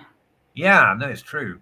I mean, knight f3 is threatened, so I think you should probably take this one. Yeah. I'm still threatening knight f3. So maybe I'm going to go something like. Mm-hmm. I mean, I've also got to deal with gh, so maybe I should go rook e6 or something. Okay. So follow through. Well, I could go check there. You can defend with. Yeah. Okay. Oh. It's threatening. Yeah. Bishop f1. I want to do this.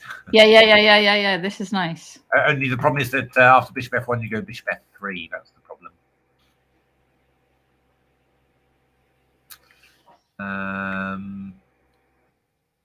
That's annoying. Yeah, I don't know. Anyway, this is the only thing I can think of. You know that you could try. It's the only defense. Okay, so white goes queen d6, and it's black's go.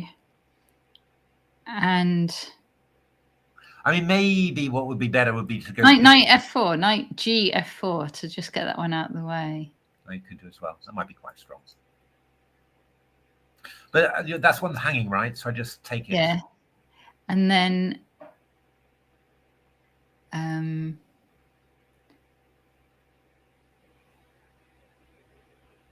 oh golly.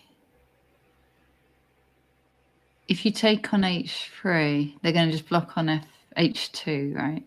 Yeah, you'll come back like that.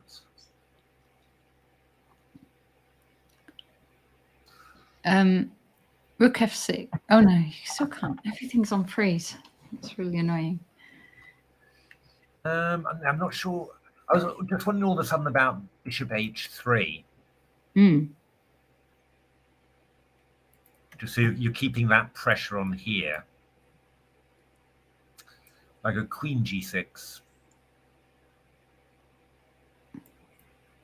Queen b6. Bishop f3. Knight h2. I'm still fighting.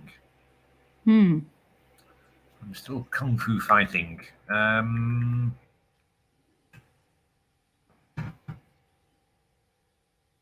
Hi, Ocelot. Hey, Ocelot.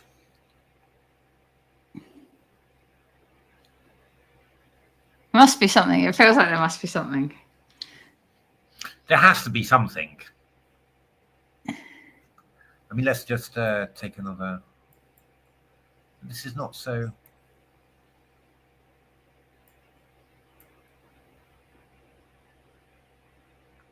Oh, sorry, queen h2. Sorry. What if you just went bishop f1 at the start, queen d6, and then you just go bishop f1? Sorry, queen d6, queen h3, knight h6. Here, bishop f1. Oh, maybe, yeah. Try that. Try that.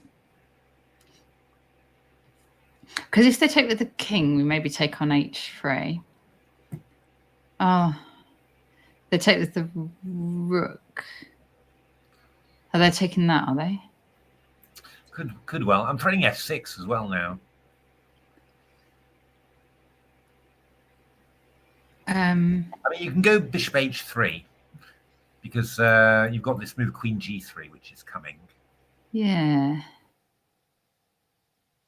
Go check, but then f2 is hanging. Bishop f1.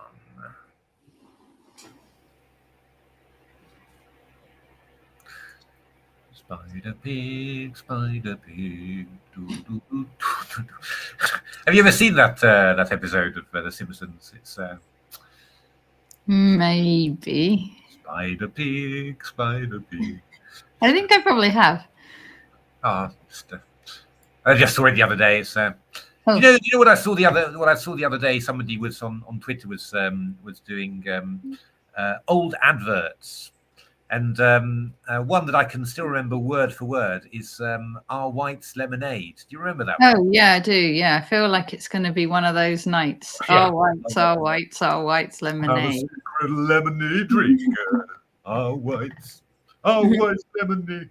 It's one of those funny things where, mostly you remember the advert, but you say, and what was that product? I can't remember. But there somehow, I don't think it exists anymore either. I think it's all... with advertising like that, how could they not have kept it stays in your head for like 30 years. So that advertising, if they keep the product going, it's probably still doing its business now. Yeah, I don't know. This is not very clear to me, to be honest. Yeah. Well, he's having a good think. Yeah, no, this queen d6 is an incredible way of actually you're starting to really hoover up pieces on the third rank like that. I don't know. There's probably something quiet and elegant. Loz wants you in the advert. Sorry? Loz wants you in the Our White's Lemonade advert. Oh, definitely. Definitely would have. That definitely would have been a product I would have endorsed. I can tell you that. Right, I want to see the kids again. Yeah, it's not yet past the watershed. Let's have a look. 17. I know that. Ooh, the queens have not been exchanged. So after knight d7, black played knight takes d7. That's fair enough. You play queen c7, you wouldn't normally play queen takes d7. So long castles. And then Badana played bishop e2. Yeah, that's quite sensible, I think. Knight b6, queen c2, knight d5. Loz, I already told everybody about board 17 and a combined age of 17, and I attributed it to you. Your mathematics.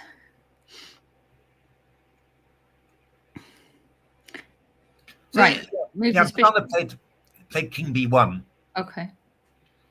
And you sort of think, would this really be any better for white? It's got potential somehow, because you can somehow, this king is going to be quite weak. If you can somehow get something going, it's not just clearly drawn. But you would have thought that the drawing potential would be quite high. But C4 played quite a sharp move from Subtractive there. So yeah. Banana played. That's it. I'm a secret lemonade drinker. That's how it starts. Yeah. We're trying to keep it up, but it's one of those nights. All whites, lemonade. I'm a secret lemonade drinker. All whites. And then the wife comes down at the end and he says, and he just looks at her and says, "Oh, whites lemonade." Oh, classic. So, all right, Queen A4. No, Banana played G3 and Queen C6 followed. And now Bishop C1. So this is quite an interesting little line. To be honest, I would have, if I was having to guess, which grandmaster is playing black, I would have said John Spielman straight away, because he's played these sort of things quite a bit. These sort of structures, normally with his king on F8 rather than on C8. But yeah, I mean, this is very double-edged. In principle, white has got quite a nice position. I do like white, but yeah, I mean, you're going to have to play quite actively, because potentially black could have some dangerous stuff coming along. But in principle, I do like white. I mean, the fact you're doing a light squared blockade when you haven't got a light squared bishop, and white does, is potentially very dangerous. I mean, with white, I'd be looking for this sort of idea, just trying to break things up on the king side on the light squares. Yeah. And if black's going to try and block it, then E6 becomes weak. So yeah, I do quite like white in this position. I think white's doing very well here, and any queenside counterplay that black does is also going to be just a little bit weakening for the black king as well. So in principle, white's doing quite well, I think, here. But yeah, tense game.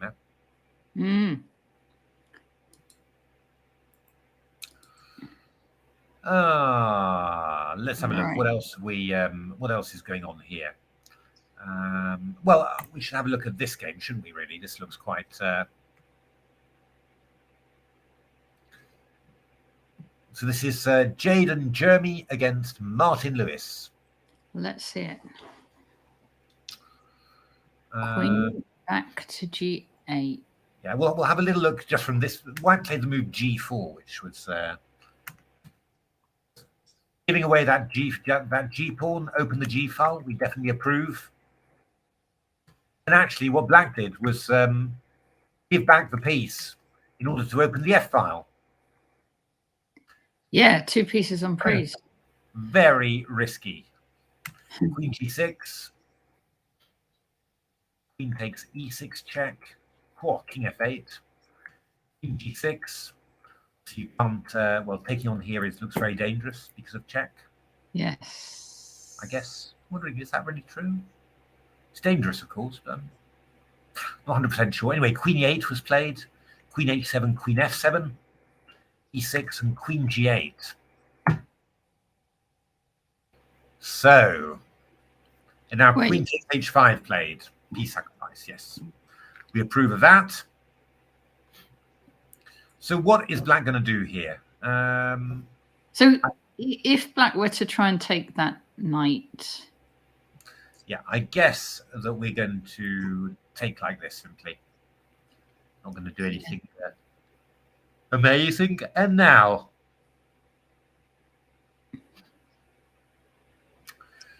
Yeah, I mean, Queen E6, we would probably have Rook E1. Yeah. And obviously we've got this idea of Queen H8 coming in soon.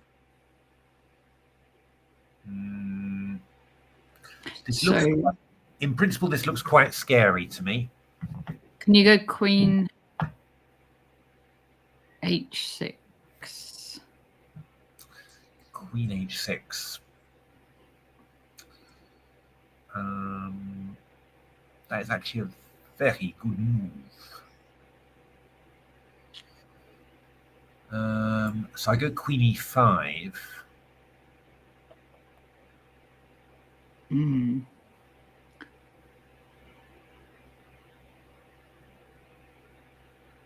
And then we've got Queen H3 check here, maybe. Oh yeah, because then we take the bishop with. I know. Then Bishop G2, Queen D3, perhaps.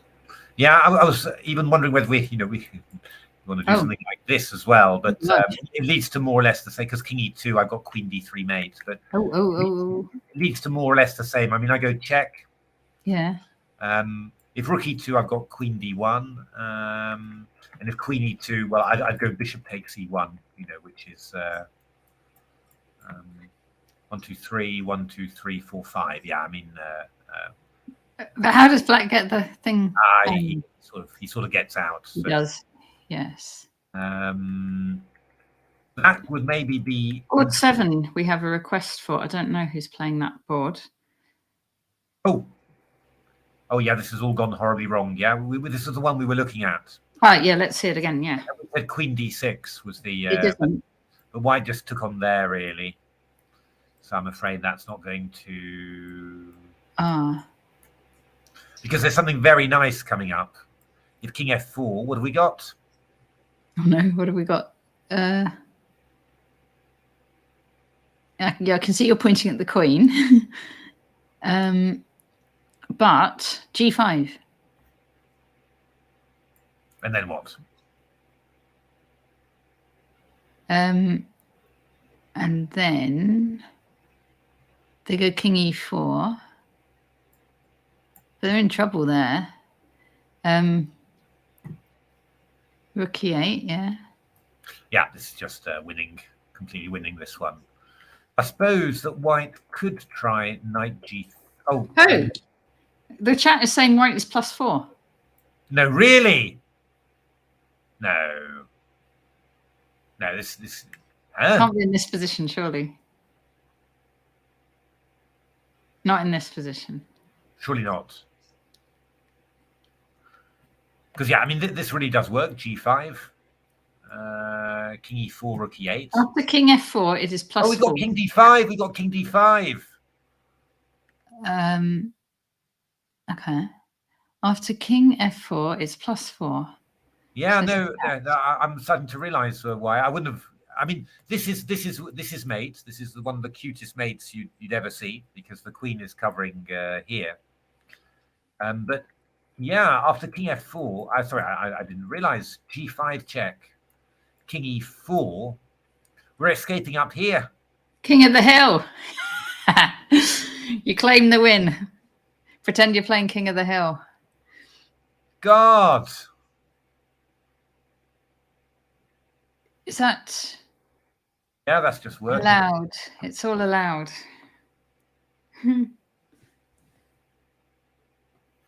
My goodness! And if Queen G2 check, Queen F3. Queen F3 we got Rook E8 check, but I mean you could maybe have F3 simply. Maybe even King D3. So I'm not quite sure how you'd mate there. Queen D5. Wow. King 2. Wow. Kevin, could Black have played D5? Which position, Kevin?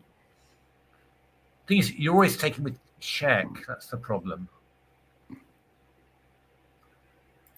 I mean, you could try D5 here, but then we take with check, unfortunately. Got so many checks around there. Wow. Well, that's quite surprising. I was assuming there that we were just having a nice black brilliancy, but Tracy's saying white might get demoralized and resign. It's possible, isn't it? It's I mean, possible. I'm wondering actually whether G5 here would have been strong for black.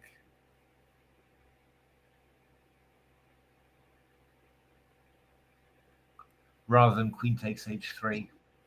And hold it in reserve. Because it's quite awkward. Well, do you get mated if you carry on with queen d6 like you were before? Yeah, I think so. Check. Well, actually, I think so. You're going queen g2. Yeah. Oh, yeah, and the bishop's not dependent. Yeah. Okay, fair enough. Oh, it's happening on the board now. Yeah, that knight on f4 is quite, yeah. Yeah, king e4 played. Oh, black. So brilliant. So brilliant. Yeah. Ah.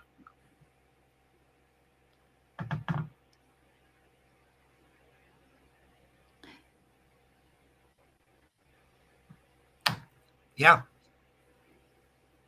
Well spotted white. So hang on. So wait. So black's just what, 2 pieces up? That's the problem. 2 pieces down. Yeah. Down even.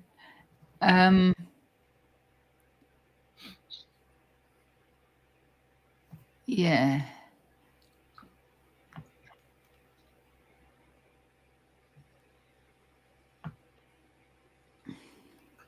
Yeah. I mean, you just got no control over your light squares. That's the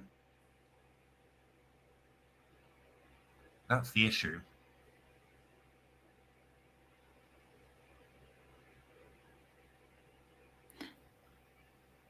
That knight on g4 is so annoying. Yeah, it covers everything, doesn't it? It's, even in the earlier lines, it was being annoying. I suspect that g5 was actually quite strong. I mean, you could play knight g3, queen h3, rook g1. That's the best thing I can think of to cover. But then I can maybe just do stuff like h5. Yeah, I don't know. This knight is going to be a bit of a pain still, actually, because it's covering all the squares. So you go king g7, and then I come queen d6 somehow. Oh, gosh. That's unfathomable. But yeah, I don't know. Maybe white was doing all right somehow. Barely seems possible. Doesn't seem possible. I just assumed that this was just winning for black, but looks like it. The white position certainly had a lot of life in it. My goodness. Yeah. I was maybe. I'm just thinking actually. Was maybe knight h3 better?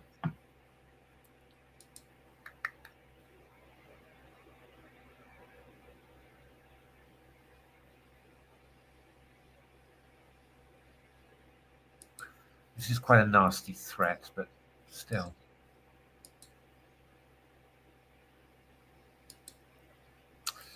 Knight e3. Possible. It's definitely a lot of danger for white, but yeah, amazing. Wow. Let's have a look. What have we got? What else have we got? How about Ruqayya? Oh, where's she? I think maybe it's next page. Start with the next page. Board at the top there. Let's see her. Ooh, so pardon me, was a Najdorf Sicilian with f3, bishop e3, English attack. How is this looking? This is sort of balanced, I think. I guess I prefer white's bishop just a little bit more. It's probably going to be this one on this diagonal is sort of pointing against me. Yeah, no, you're right. Yeah. This one's, you know, sort of, you feel like there could be chances, and it's a bit hard for black to play e5 because too early, because the bishop will get loose. But in principle, you would expect It's pretty level though, right? You would expect this to be fairly level.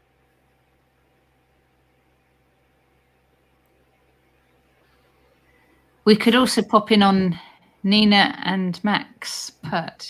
Oh, let's have a look. Oh, there's Mark as well. Yes. Oh, and Hebs. Let's see Hebs, yeah.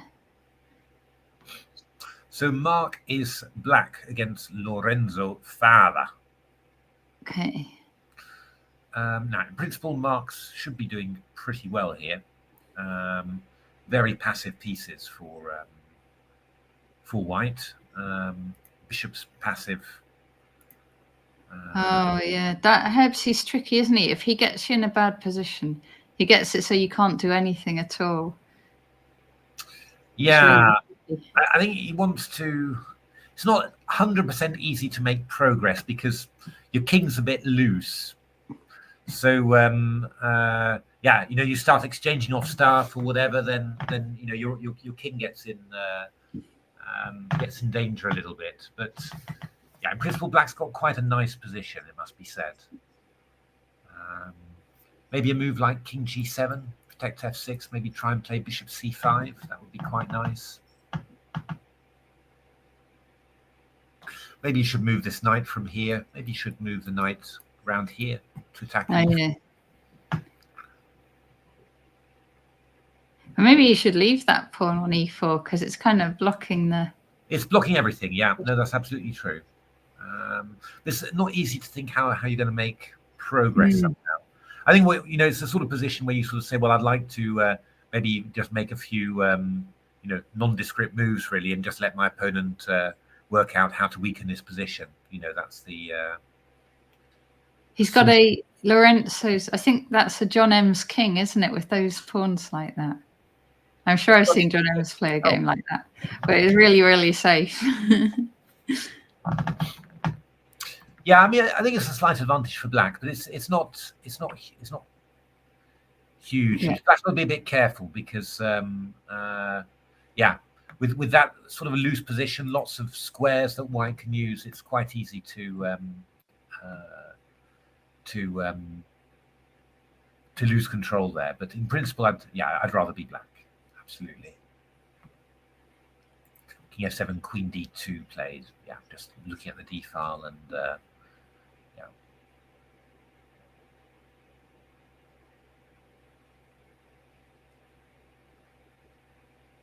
Got to be careful with the king on there because you get ideas like, for example, king e8, queen d5, takes, knight d8, for example.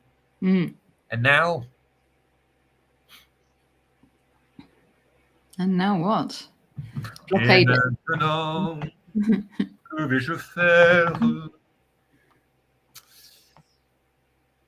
It's not an intermezzo, but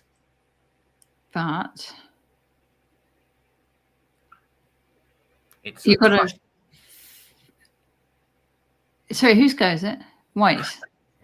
I'm just. Oh yeah, okay. So bishop g6. Indeed, and then this one after. Yes. So I don't know. Got to be careful, Mark. But obviously, I'm sure he'll see that. Amit's playing. Let's see Amit. So a few players had a bit of a rougher time yesterday, I guess. A few shocks, or did Amit maybe drew, maybe? Or let me just look that up because I think it might have been round 1 actually. Amit. So.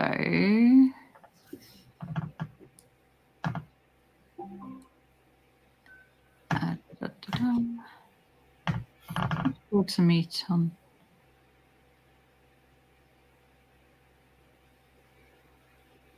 This shouldn't be too hard to find. If I do it. Here we go. So Amit. Yeah, he lost in round 1. Okay, wow. To Piotr Denderski from Poland.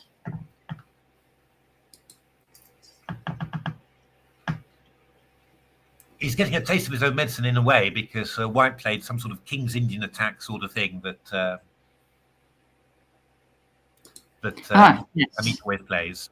And yeah, You know what to do then. Yeah. White's doing fine here. You know, just going to play knight e3, maybe try and play f4 after. I quite like White's doing completely decently. So yeah, going to be a tough one to break down. This always the same. You start with a surprise loss or something like that, and somehow the rest of the tournament ends up being you know, doesn't get easier somehow. You've got to break through. No, I know. Yeah. Max has drawn already. Max put Rob McLean's. He drew against against Robert Fine. McLean. Yes. Fair enough. What was this? This was a French King Chatard attack. Oh, I play that. Yeah. I'm going with Rook 8. I played that against Peng. I got a win. In do you remember? You were there. Oh yeah. I remember. Yeah. Takes 97. Back very solid here. Draw agreed. Or maybe black a little bit. Slightly nicer position. Draw agreed in this position. Fair enough. Fair enough. Let's have a look for excitement and thrills. Did we look at Jonah Willow yet on board 4? I don't. Maybe we did. Maybe we did. No, I don't think we did. Let's do it. All right. A3. Yeah, this is recommended by Saric, very strong. I think he's a Croatian player, and yeah, made a very good case for this, just stopping Bishop B4. It's why I was slightly surprised that Mickey played Bishop E2 and Peter didn't reply with Bishop B4, just because I've seen this move recommended. Bishop B7, Bishop B3, castles, Bishop B2.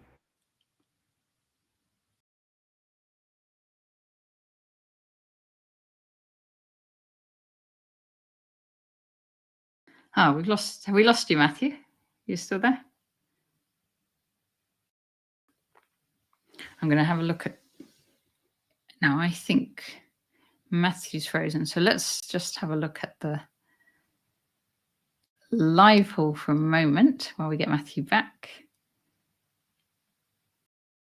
I can see, I think that's a meet there in the foreground. And I see Rich Pert just over here.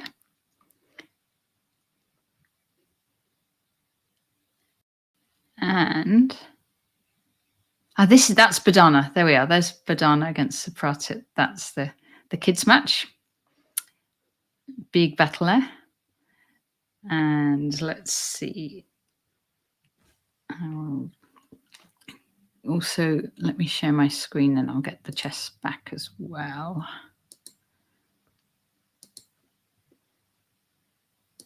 Round 3.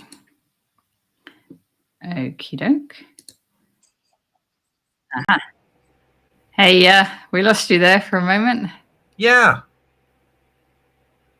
Got you back now, though. How strange. Yes. I need to let's let you. There you are. There's yours. There we go. Sorry about that. I think this is maybe the time that my internet has its daily. It's daily a wobble.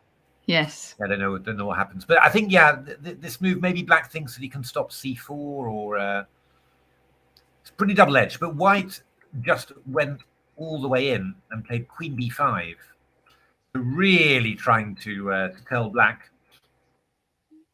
that was way too risky. Feels a little over the top, maybe, but do you know Martin Halbro at all? No, not at all. They're very similar rated, these two, it looks like. Yeah, very, very tight game there. So A5 played, throwing it in. Rook D1, just to defend the pawn. A4, knight D4, and Queen A7. So, yeah, I mean, you can take this pawn on B2. But then, well, a4 is hanging. Presumably, maybe after rook b2, maybe throw in knight f5. F5, yeah, that looks like a thing you want to do. Yeah. Then if rook e8, maybe queen a4 or something. I mean, you're a pawn up. It's not a total disaster for black, but it's probably could be quite. I mean, there's all sorts of unpleasant tactics, really. I mean, Jonah kept on repeating there. I don't know whether he would have repeated again if queen a7 had been played, but white played queen a6 there. And now this feels pleasant for white, I would think, this game. Yeah, knight d5, knight c6 takes, and rook d5. Ah. And now queen c8 played just now. Okay. So yeah, this is. I mean, in principle, you do feel that white's definitely got stuff going his way, but there's lots of loose black pawns, but there's a few loose white pawns as well. So I mean, I'm guessing the move that you really want to play is queen a4 here. Right. And if you do, there's rook b2. There is rook b2. I mean, I'm wondering, you could also play the move f5 as well. Just trying to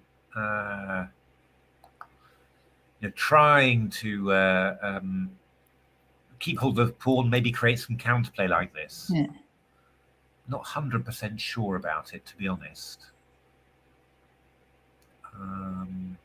Because there is stuff like bishop a6, queen c7, because of queen d7, bishop b5, you're just clamping down like that.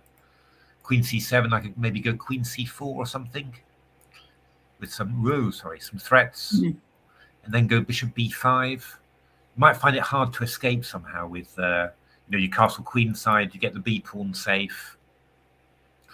Not sure. But if you go, so rook b2 is. I could go castle, so I could go queen e4. Queen e4 probably the most tempting. Okay. Rook b1, I've got rook d1. Right. I mean, you could go maybe play a move like knight e5, maybe.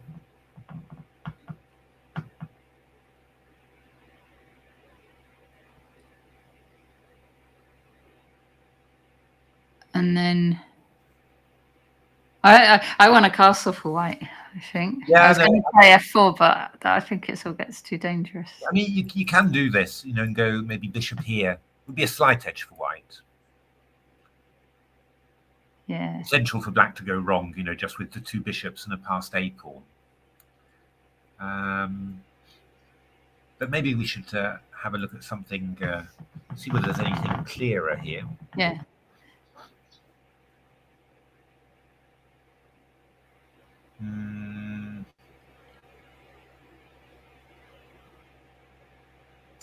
F5 is a bit of an irritating little threat. I'd like queen e4. I think that must be right. Yeah, I mean, it does feel like it's the move that you want to play. I mean, you could go castles first. I think probably leave the same thing. So queen e4. I think knight e5. It feels like the most natural, hitting that one. Yeah. I mean, you're threatening, sort of f5 to f4 stuff as well. So I would sort of think that you want to go castles. Yeah. And then queen c. Yeah, maybe black can play f5. F5 now. All right. Queen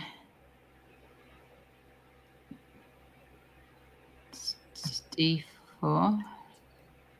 Yeah, I'm wondering whether you can just throw in bishop f6. Rook. Oh, knight f3 check.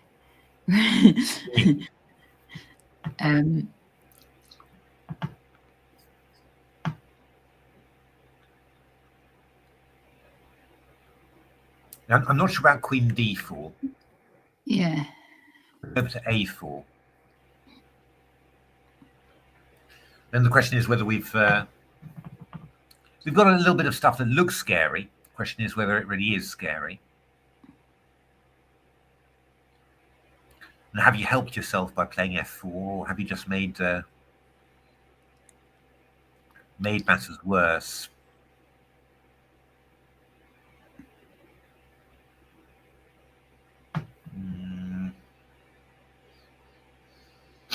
I mean, in some ways, you've just weakened your king side like that. Yeah.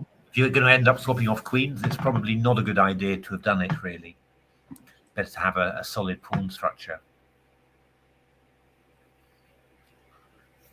Not sure. It's not so bad for black. It's not particularly appealing, really, you know, because you're sort of thinking, oh, I'm just going to be, you know, I'm just going to be a.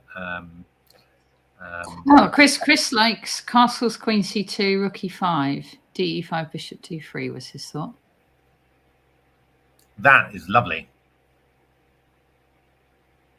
Oh yeah, even the bishop on e7 is hanging. That is incredible. What a nice idea. Brilliant idea. That is super. Threatens mate. Yeah, it really works. And the queen. And the queen. Absolutely works. That's brilliant. Well spotted, Chris. I need a 2-minute break. Do you want to have a break as well? Or... I'd love a little break. Yeah, I'm going to get a little break. We're just going to, yeah, we'll just be a couple of minutes. I'm going to put the people on. And right, see you in a second.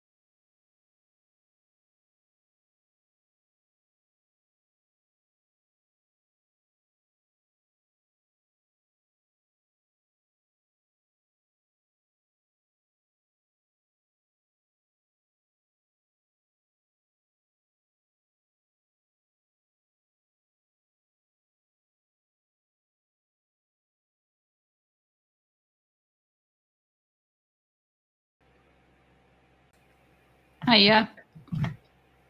Hi. Oh, I need to break. I was flagging a little bit there. Yes, me too. Well, we have been going for a little while. Right.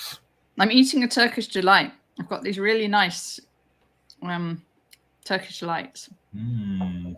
Mm. One day you'll be able to share all that with. Yeah. Oh, let's have a look at Mickey against Peter. Let's do it. So we left it where we thought Black's king was rather exposed in the centre, and White was going to get very good chances here, wasn't it? Just this is how this one has gone so far. Mm. Oh gosh, this is the one where White's was actually winning, even though it looked like. Yes, I think the king's got to keep on going. I think that's the that is the point, and it's going to be very, very good for White. So, but we've got how did Peter do this? So F4, EF, E5. We were looking at that. E5, yeah, D5. D5. Did we look at that? No, we didn't look at it. I'd thought of it, but I thought Queen A3 check was going to be unpleasant. Mm. And then you have to play King E8, I think. I mean, this wasn't winning immediately. Bishop B5 check looks decisive, but you've got Bishop D7. And and Rook. Give Rook D5. You've got A takes B5. You know, that was possible. Yeah. I just sort of assumed that this would be. Yeah, this wouldn't be fantastic somehow for White. But Peter's obviously decided that this is the best way to do this. What about Rook D4? Rook D4. Well, I guess that what Peter's going to go for is simply something like Queen E7, I suppose. Just what? Then try and get his king out of the way. Not sure how comfortable that is, but that would probably be his idea. I was looking at Rook D5 actually. Queen D5, Bishop F3. Oh, nice. But I think that this is probably going to be quite, again, irritating somehow. You know, your own king is vulnerable as well. Ooh. Tracy's saying, well, after we've seen this one, Tracy's saying Shreyas has sacked a piece and his queen is offside. Ooh, okay. We'll have a little look. Well, I do wonder, actually, by the way, takes king there. Rook C1. Not sure. Mickey didn't play Queen A3. It just feels. I'm not sure I'd ever have been able to resist playing a move like that. To be honest, that's really.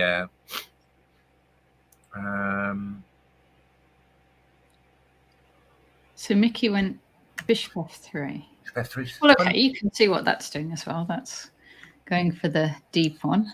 But Queen A5 played there, so actually stopping Queen A3, you know, which is a nice move. So Bishop D5, then played Rook D8, Queen E4, and Rook B8. And now I'm really wondering is.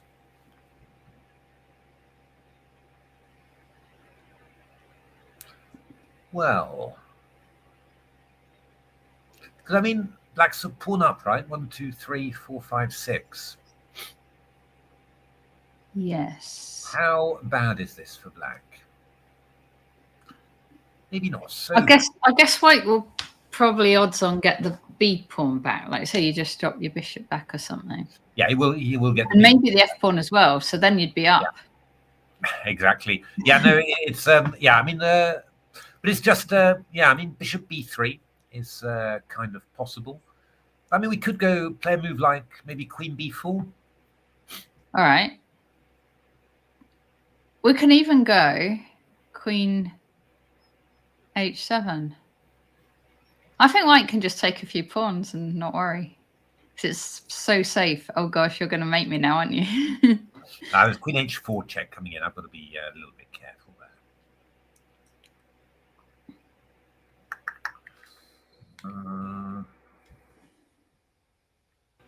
I mean, bishop b3 is a good move, absolutely. I'm just wondering whether...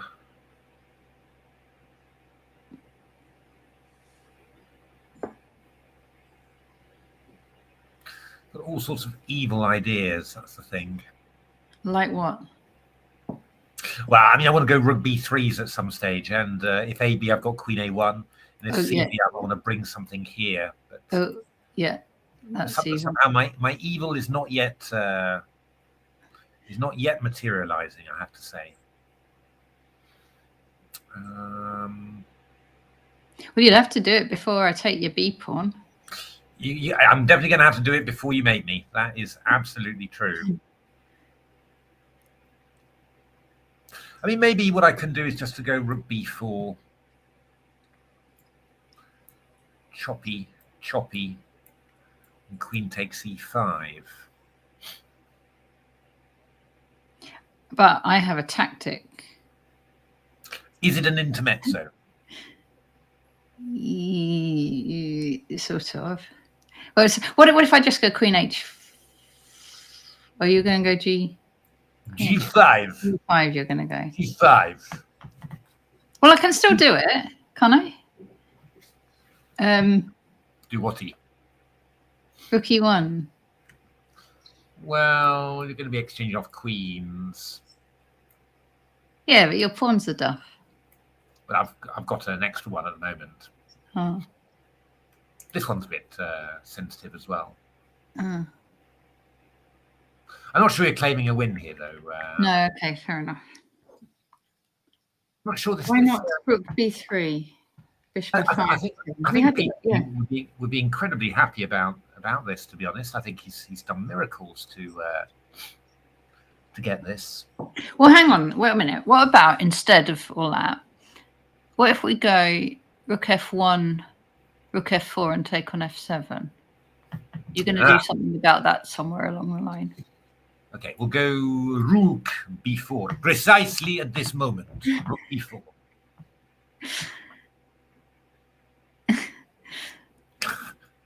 I've completely forgotten where precisely at this moment comes from. Wasn't it Bologan who was always saying it? In those Maybe, videos? Yeah. He was also definitely also the short castles. Short castles. Okay.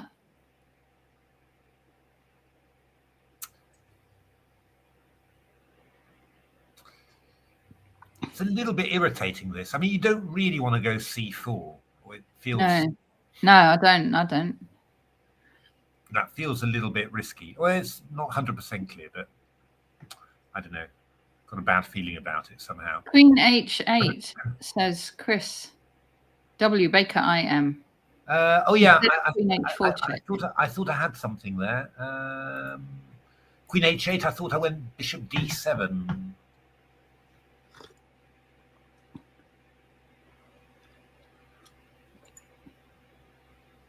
I thought I was holding that, and then I'm going to have something like maybe rook d4 after. I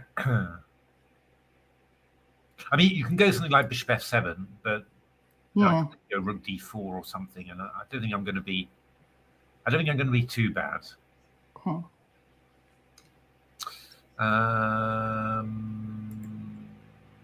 So rook f1, yeah, rook b4. I don't know. I mean, the only thing I can really think of is to play c4, but that looks unbelievably risky. Yeah. So I'm now going back to bishop b3 instead of rook f1, I think. Then what were you doing? You were still putting something on b4. Yeah, I'm going rook b4 again just to try and get this guy. All right.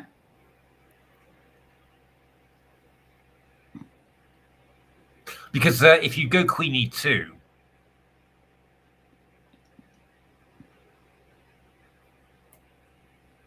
then completely forget what I was about to say. It's, yeah, I mean, something like queen e2. I mean, I could maybe play, I don't know, bishop f5 or something. I mean, I'm threatening rook b3 then. Yeah. I mean, it's a bit tricky for black. You know, I mean, it is a bit. You've got to be careful, and accidents can happen. But yeah, you know, it's just He's survived.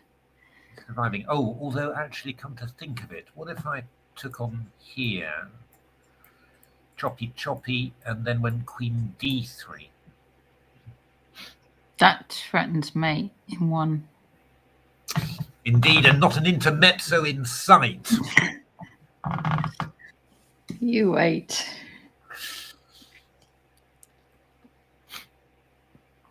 I mean, the only move I can see there really is queen c7.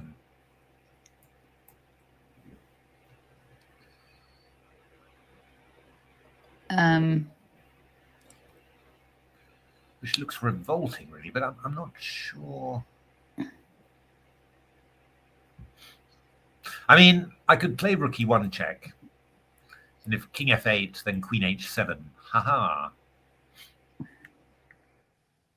So they go bishop e6. Go bishop e6. Only now I'm going to start getting worried. Oh, you could take and then go queen a3. Queen a3. Pinning the rook. Then I have queen d6. Hmm. But I could take on a6. I mean, that's also true. Yeah. Before, I mean, I don't even need, maybe I don't even need to take first. It's got this, or I can go queen g6 as well. It's got the feeling of this is going a bit wrong, you know. Hi, Jude. Maybe that's possible. Maybe we say bishop b3. Bishop b3 feels like a very Mickey move. It's taking a long time on it, actually. It looks like it's just slightly strange. Feels like a move that Mickey would play. Yeah. The only question is, does Pete have something cunning? More cunning than rook b4, even.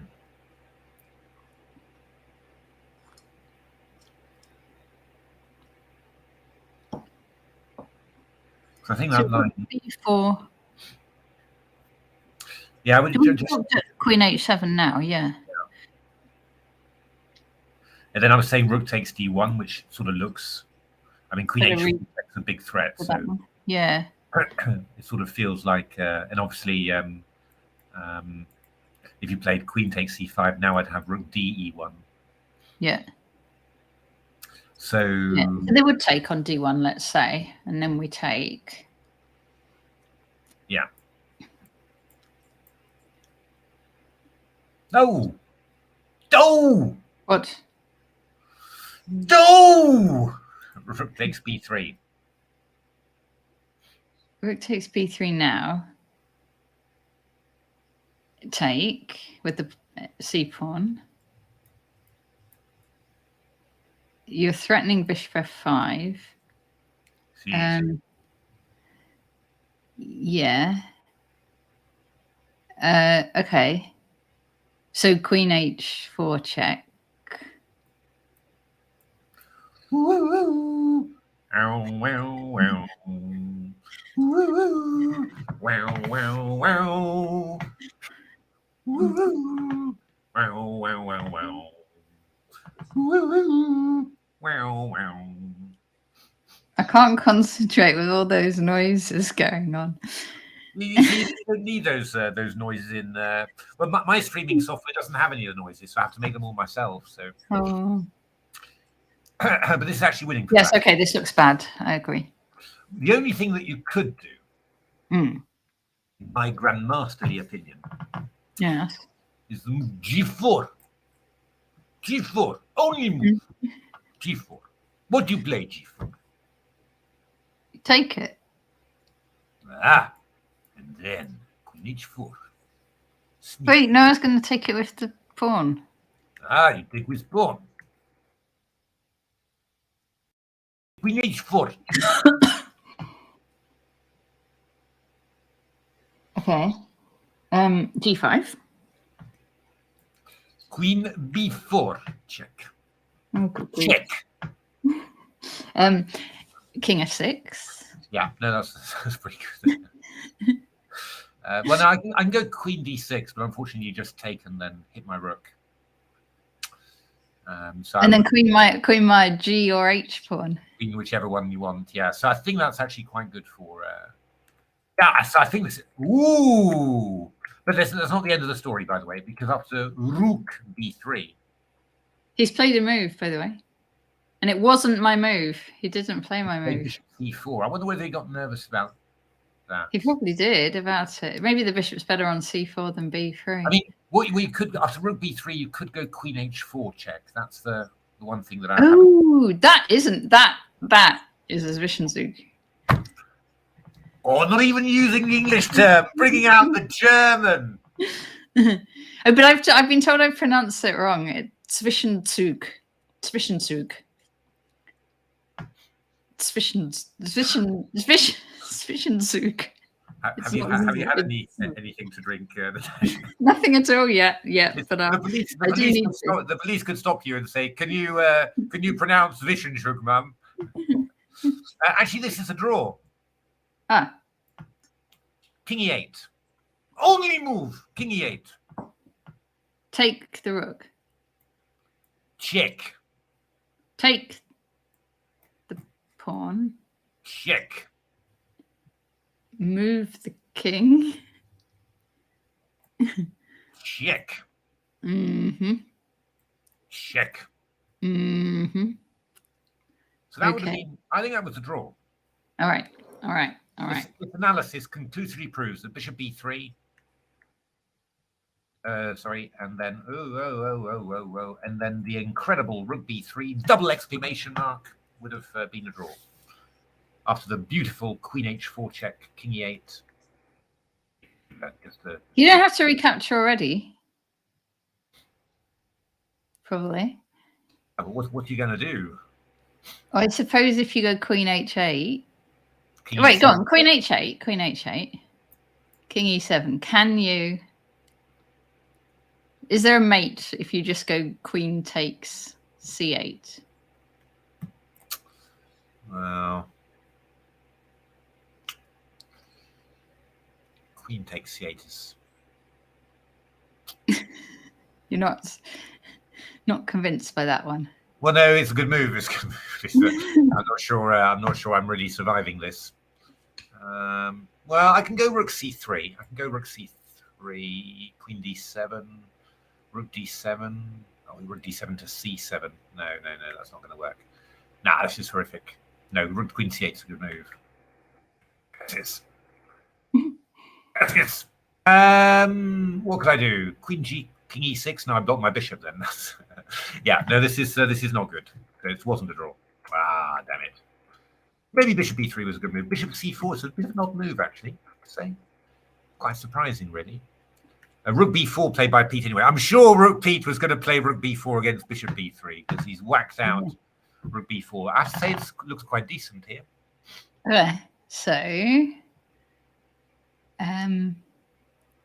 So what's his plan, actually?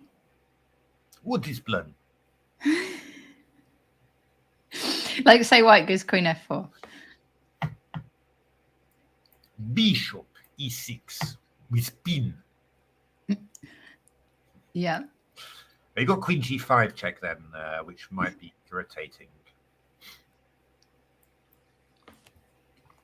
Then bishop e6. So that can't be the plan. What would be the plan after queen f4?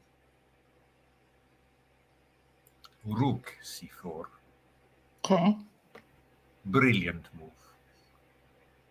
Only grandmaster can find moves like that. But hang on, wait. I can play queen takes c4.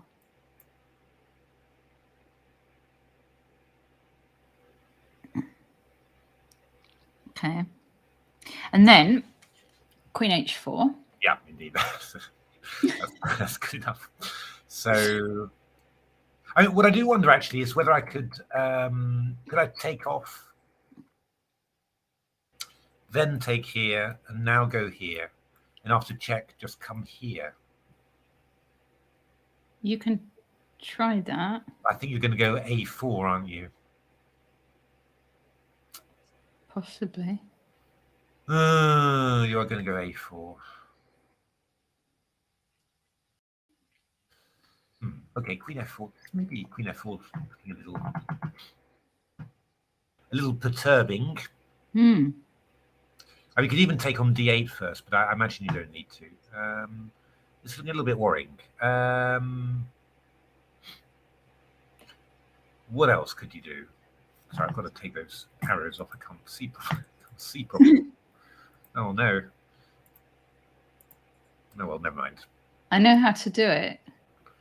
Well, these are not my arrows, actually. I think. No, yeah, it's those 3 lines, because I worked it out yesterday. If you do the 3 lines underneath, go right, go right, go right, go right some more, and right some more, right. Yeah, those ones.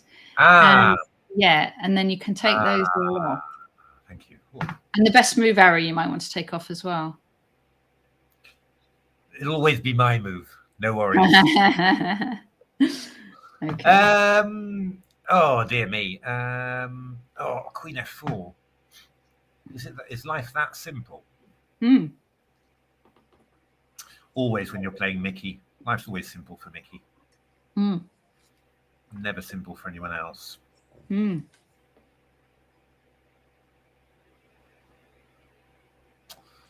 I don't see it. What on earth are you going to do? I mean, Queen G5 is just rather irritating as a threat. Right. Okay. So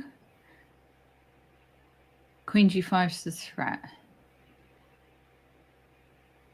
Yeah, Queen F7, of course, is an even bigger threat to start with. But so to take on D1 and Bishop E6. Yeah, I mean, we just go Queen G5 check, I think. King E8, drop a Runikins, and Queen G7. Yeah. Makes sense. I'm sure that Peter was going to play Rook B4 against Bishop B3 and sort of whip this one out as soon as Bishop C4 was played. Well, it's possible Mickey's move is better than mine. That is possible. Yeah. Maybe. I didn't. Well, maybe.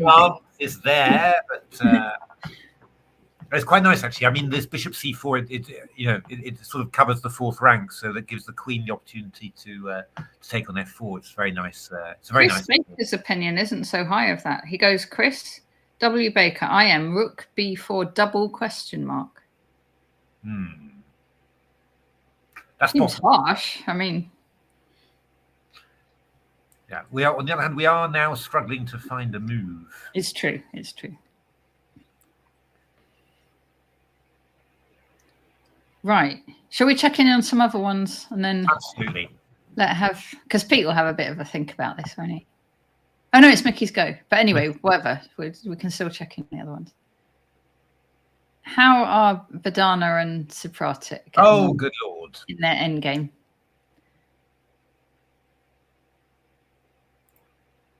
Oh, it's hotting up. Ooh, Black's done quite nicely, actually. Pawns are getting forwards. Yeah, no, Black's done quite nicely here. So Badana hasn't really managed to Badana hasn't managed really to get stuff moving, and Supratit has made progress. Probably just about equal, I think. But there's definitely danger. There's storm clouds gathering on the Queen side here. Like on that pawn to B4 sort of ideas and the diagonal. Yeah. Queen C6. I think he's vaguely eyeing up a cheeky knight C3 at some stage. Doesn't work now, but you'll see that for sure. Maybe he's actually going to play Rook B7 now. Maybe that's the idea, just to let the Rook, because I think he quite likes having the Rook on here, so it stops Badana from playing G4. Did you see Badana's game against Salimova? No. Did you see she beat her? No, I didn't see that. I didn't see that. She won like Salimova's a candidate, and she beat her, and it had 2 Zwishenzugs in it. Hey. Oh, Shreyas losing. Oh no, it's all happening. It's all happening. Shreyas losing, says Chris Baker. Oh. Or I am Chris Baker, to give him his full title. Oh no, what happened here then? So I don't know. He sacked a piece apparently. 93 Bishop B7. T2 takes bishop B7. Looking quite reasonable. Maybe a little. Maybe it was surprisingly. Was it one of those surprisingly awkward to? I'm not sure about sacking a piece. I think it was kind of. Sacrifices aren't going so well today, are they? It was because that other game. Yeah, no, it's a bad day for giving up your pieces. You knew that in advance. That would be really, you just sort of said, well, today's a day where I'm not going to give away any pieces at all, and then luck will be on my side. Yeah, no, this is really bad for Shreyas. It's really. I think he just got. I think he got caught in it was a lot more awkward than he realised somehow, and. So yeah, I mean, this is you are just a piece down. I mean, what can you say? And in principle, White's in complete control here. Yeah, because you can't really get B4 in, can you? No, reasonable amount of time here for White as well. So yeah, you really say Shreyas is in big trouble here, but okay, it's a practical game. Anything can happen. Black is solid. The good thing for Black, the saving grace for Black is that the king side is solid. So it means that White's going to have to try. White's going to have to work hard in order to win it. You're going to have to play some accurate moves. That's a good point, because like when Shreyas was playing in it was a classic, wasn't he? And he got some terrible positions against like really, really strong players, but was still drawing them and stuff. Yeah, no, he's pretty resilient. I mean, and I said, having the king safe like that, that gives you perspectives, because it means you're not going to get mated. And inaccuracies from White, if you start moving your pieces a bit too far away, then, they can get exploited. But yeah, in principle, then White is definitely winning there.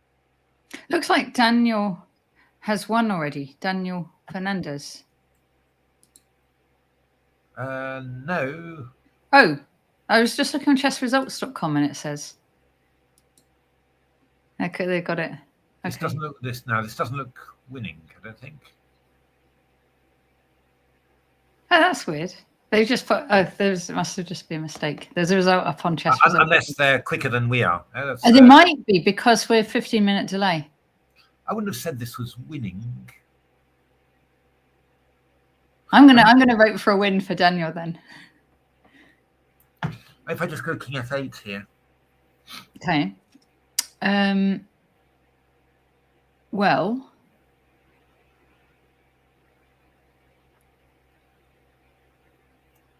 take on C5. Yeah, I mean, you got compensation for the exchange, but I mean, I could go Rook D8 if I want and start.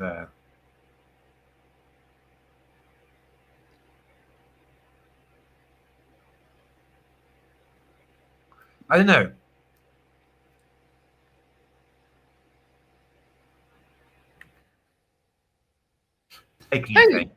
Does Hans Niemann live in London? That's what Kevin Winter's saying. No, really?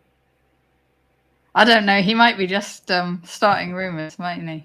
Well, I mean, he was at the Chess and Bridge shop not so long ago, apparently. But I didn't think he lived in London. No. That'd be funny. No, I mean, White's got good compensation here. I mean, that's definitely true. But losing would be it's a step away somehow.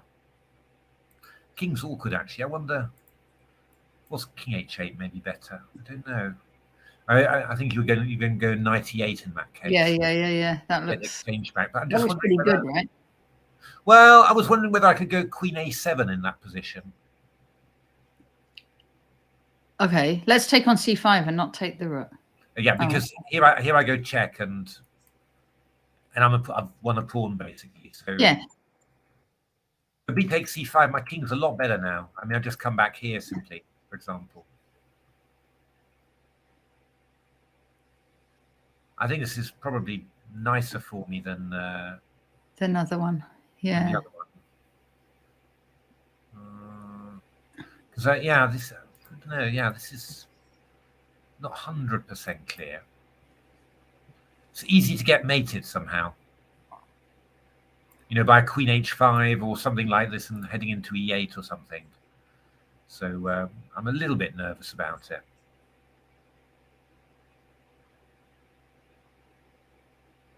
Doesn't have to be losing, but yeah, I don't know. I think Black's. I'm not quite sure how Black's ever really going to free himself properly. So maybe White goes h3, King h1, puts the king safe, and then starts playing around a little bit. I'm not sure.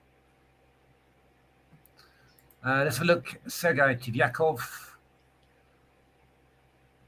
Yeah, this hasn't been an easy game for Sergei, but let's have a look. What's happening in this position? There's a lot of pawns hanging now. Yeah. I think Sergei's probably better now, isn't he? You would have thought. I mean, King d7. If you're going to do anything, if just for takes and takes, you're definitely picking up. You're definitely picking up a pawn. They can get the b pawn, and then we get the f pawn. Yeah, I mean, if you take there, I mean, you could take. I think taking off probably is a higher chance of a draw. We could probably just go something like rook c7, and then f4 is just gone. You'll have 3 pawns. Now, it depends whether White can play bishop g2, but this is a very, yeah, I would expect Sergei to be able to win this. He's always such a good technician. He likes these sort of positions. Likes doing this to his opponents. Oh! What? Has Craig blundered a piece back? Oh, has he? Oh, just 3, right? Oh no, knight d5 is the idea. Oh, is that really working? Well, also, right? Can't you just go e4 for 4? No, you're attacking the queen. Oh, yeah. Okay. So there. Well, is this if this is, yeah, of course, if this works, then this is a rather. It's clever. This is rather irritating. I'm trying to think of something clever, but I don't really see it. I was wondering about queen f5 and e4. You could even block. Well, I mean, you could even go rook d8, couldn't you? I mean, you're going to have some vague counterplay, but it's not really it. So, ooh, okay. That's a bit annoying, actually. Because also, having played e5 now, you've blocked your bishop and also weakened your king side. So, you know, that's really e5 was only a move you wanted to play if you were really sure that it was going to work somehow. So, but this knight e3 is quite. That's a hell of a resource, I have to say. Wasn't at all obvious. So. Yeah, still a tough one for Shreyas there. Michael Adams. He has played queen takes f4. Queen takes f4. Now he played my move. And Pete is down to 1 minute. Oh, goodness. Yeah. He's going to have to play quick then. Yeah, but I think we saw this was. Yeah, this is just losing, I'm afraid. I think this one's gone. It's close. It's really close, but it just doesn't quite make it.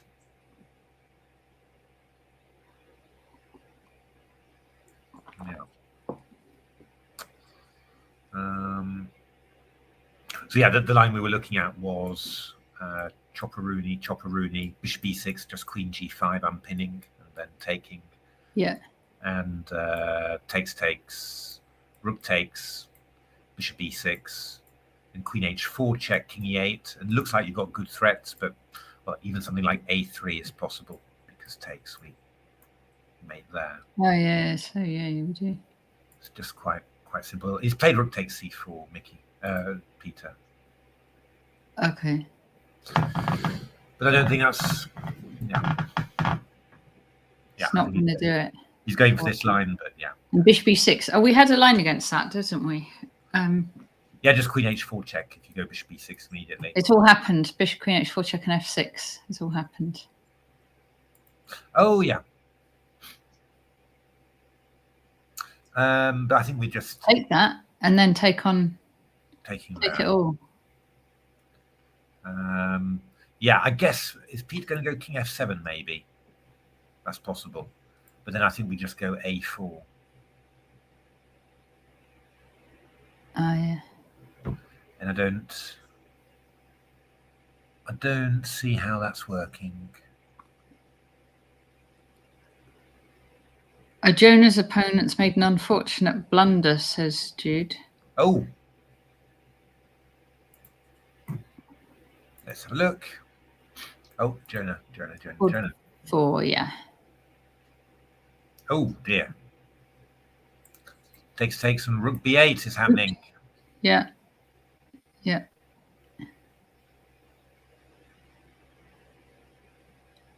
Nothing to be done.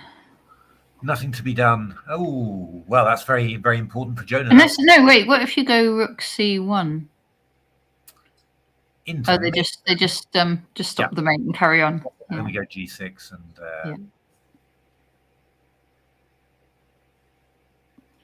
yeah. No. Have we got f4-ish something or rather-ish? No. Well, no, not really.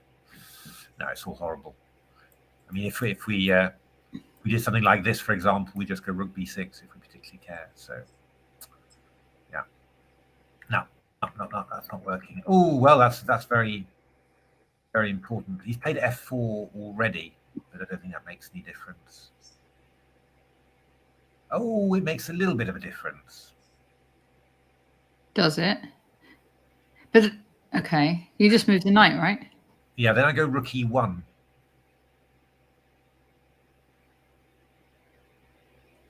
Okay. h6. Oh. Grandmaster check. Oh, yeah. Well, okay. That's... So, unless you need to have either got something cunning. Right. Wait. Or you have to go rook b6. Yeah, but all right. What's wrong with rook b6? Well, okay, but it's not. Yeah, I mean, you take like this. Yeah, I don't know. Is this winning? I don't know. I'm not sure. Got G actually. I know FG. For black, it's definitely good for black, but yeah, still some work to be done. Oh, a blunder in the Fernandez game. We could have predicted it. Who'd have predicted that? Yeah, but I said as well that that this was always going to be, always going to be tricky because you were completely tied up. I think the king should have gone over to h8. I think earlier, even if this is fine for black and the engine evaluation seems. How does it work? So it ends up as connected queens or something. Queen e5, rook has to move. Yeah, he takes there, then check and rook e7. Ooh. Evil Knievel. Yeah. No, this was always going to be tricky with not much time and because I think actually as black all you can do is wait and well you've got to watch out for whatever white can think of. So yeah, tough one for Peter there, but it was just tricky. To see Mickey. Oh yeah, Mickey's played a4 indeed, as we predicted. Yes. Oh, the King March game. Yes. How's that? That finished. It's over. It's all done. White one. 1-0. Oops, sorry. Yeah. Seems a bit harsh, doesn't it? And life is unfair. Yeah. Oh yeah, knight takes h3 was best. they said. But actually said that after bishop g2 that white's better. Oh, really? Yeah. That's what they're claiming, and said that knight h3. We pointed that one out, that was the best one. Yeah. So it's a knight g5 check, but still incredible, absolutely amazing. Hard luck black, I think you have to say. A lot of attacking flair and an effort there, and getting zero reward for it, which is Yes. All righty. How are you doing? Do you want to say when you want to stop? Is basically. Probably, I think I'm probably flagging a little bit. You're probably flagging. Yes. Okay. Brilliant. Well, lots of really good games today. Very exciting. Particularly Mickey's game, obviously, was an interesting one, and then this one we just saw with the black sacrifice, which didn't work in the end. A day where sacrifices weren't really working. Thanks very much, Matthew, and thanks very much, Natasha. Very much for watching, and see you all again on, I think it's next on Thursday. So thanks all, and see you Thursday. Thanks very much.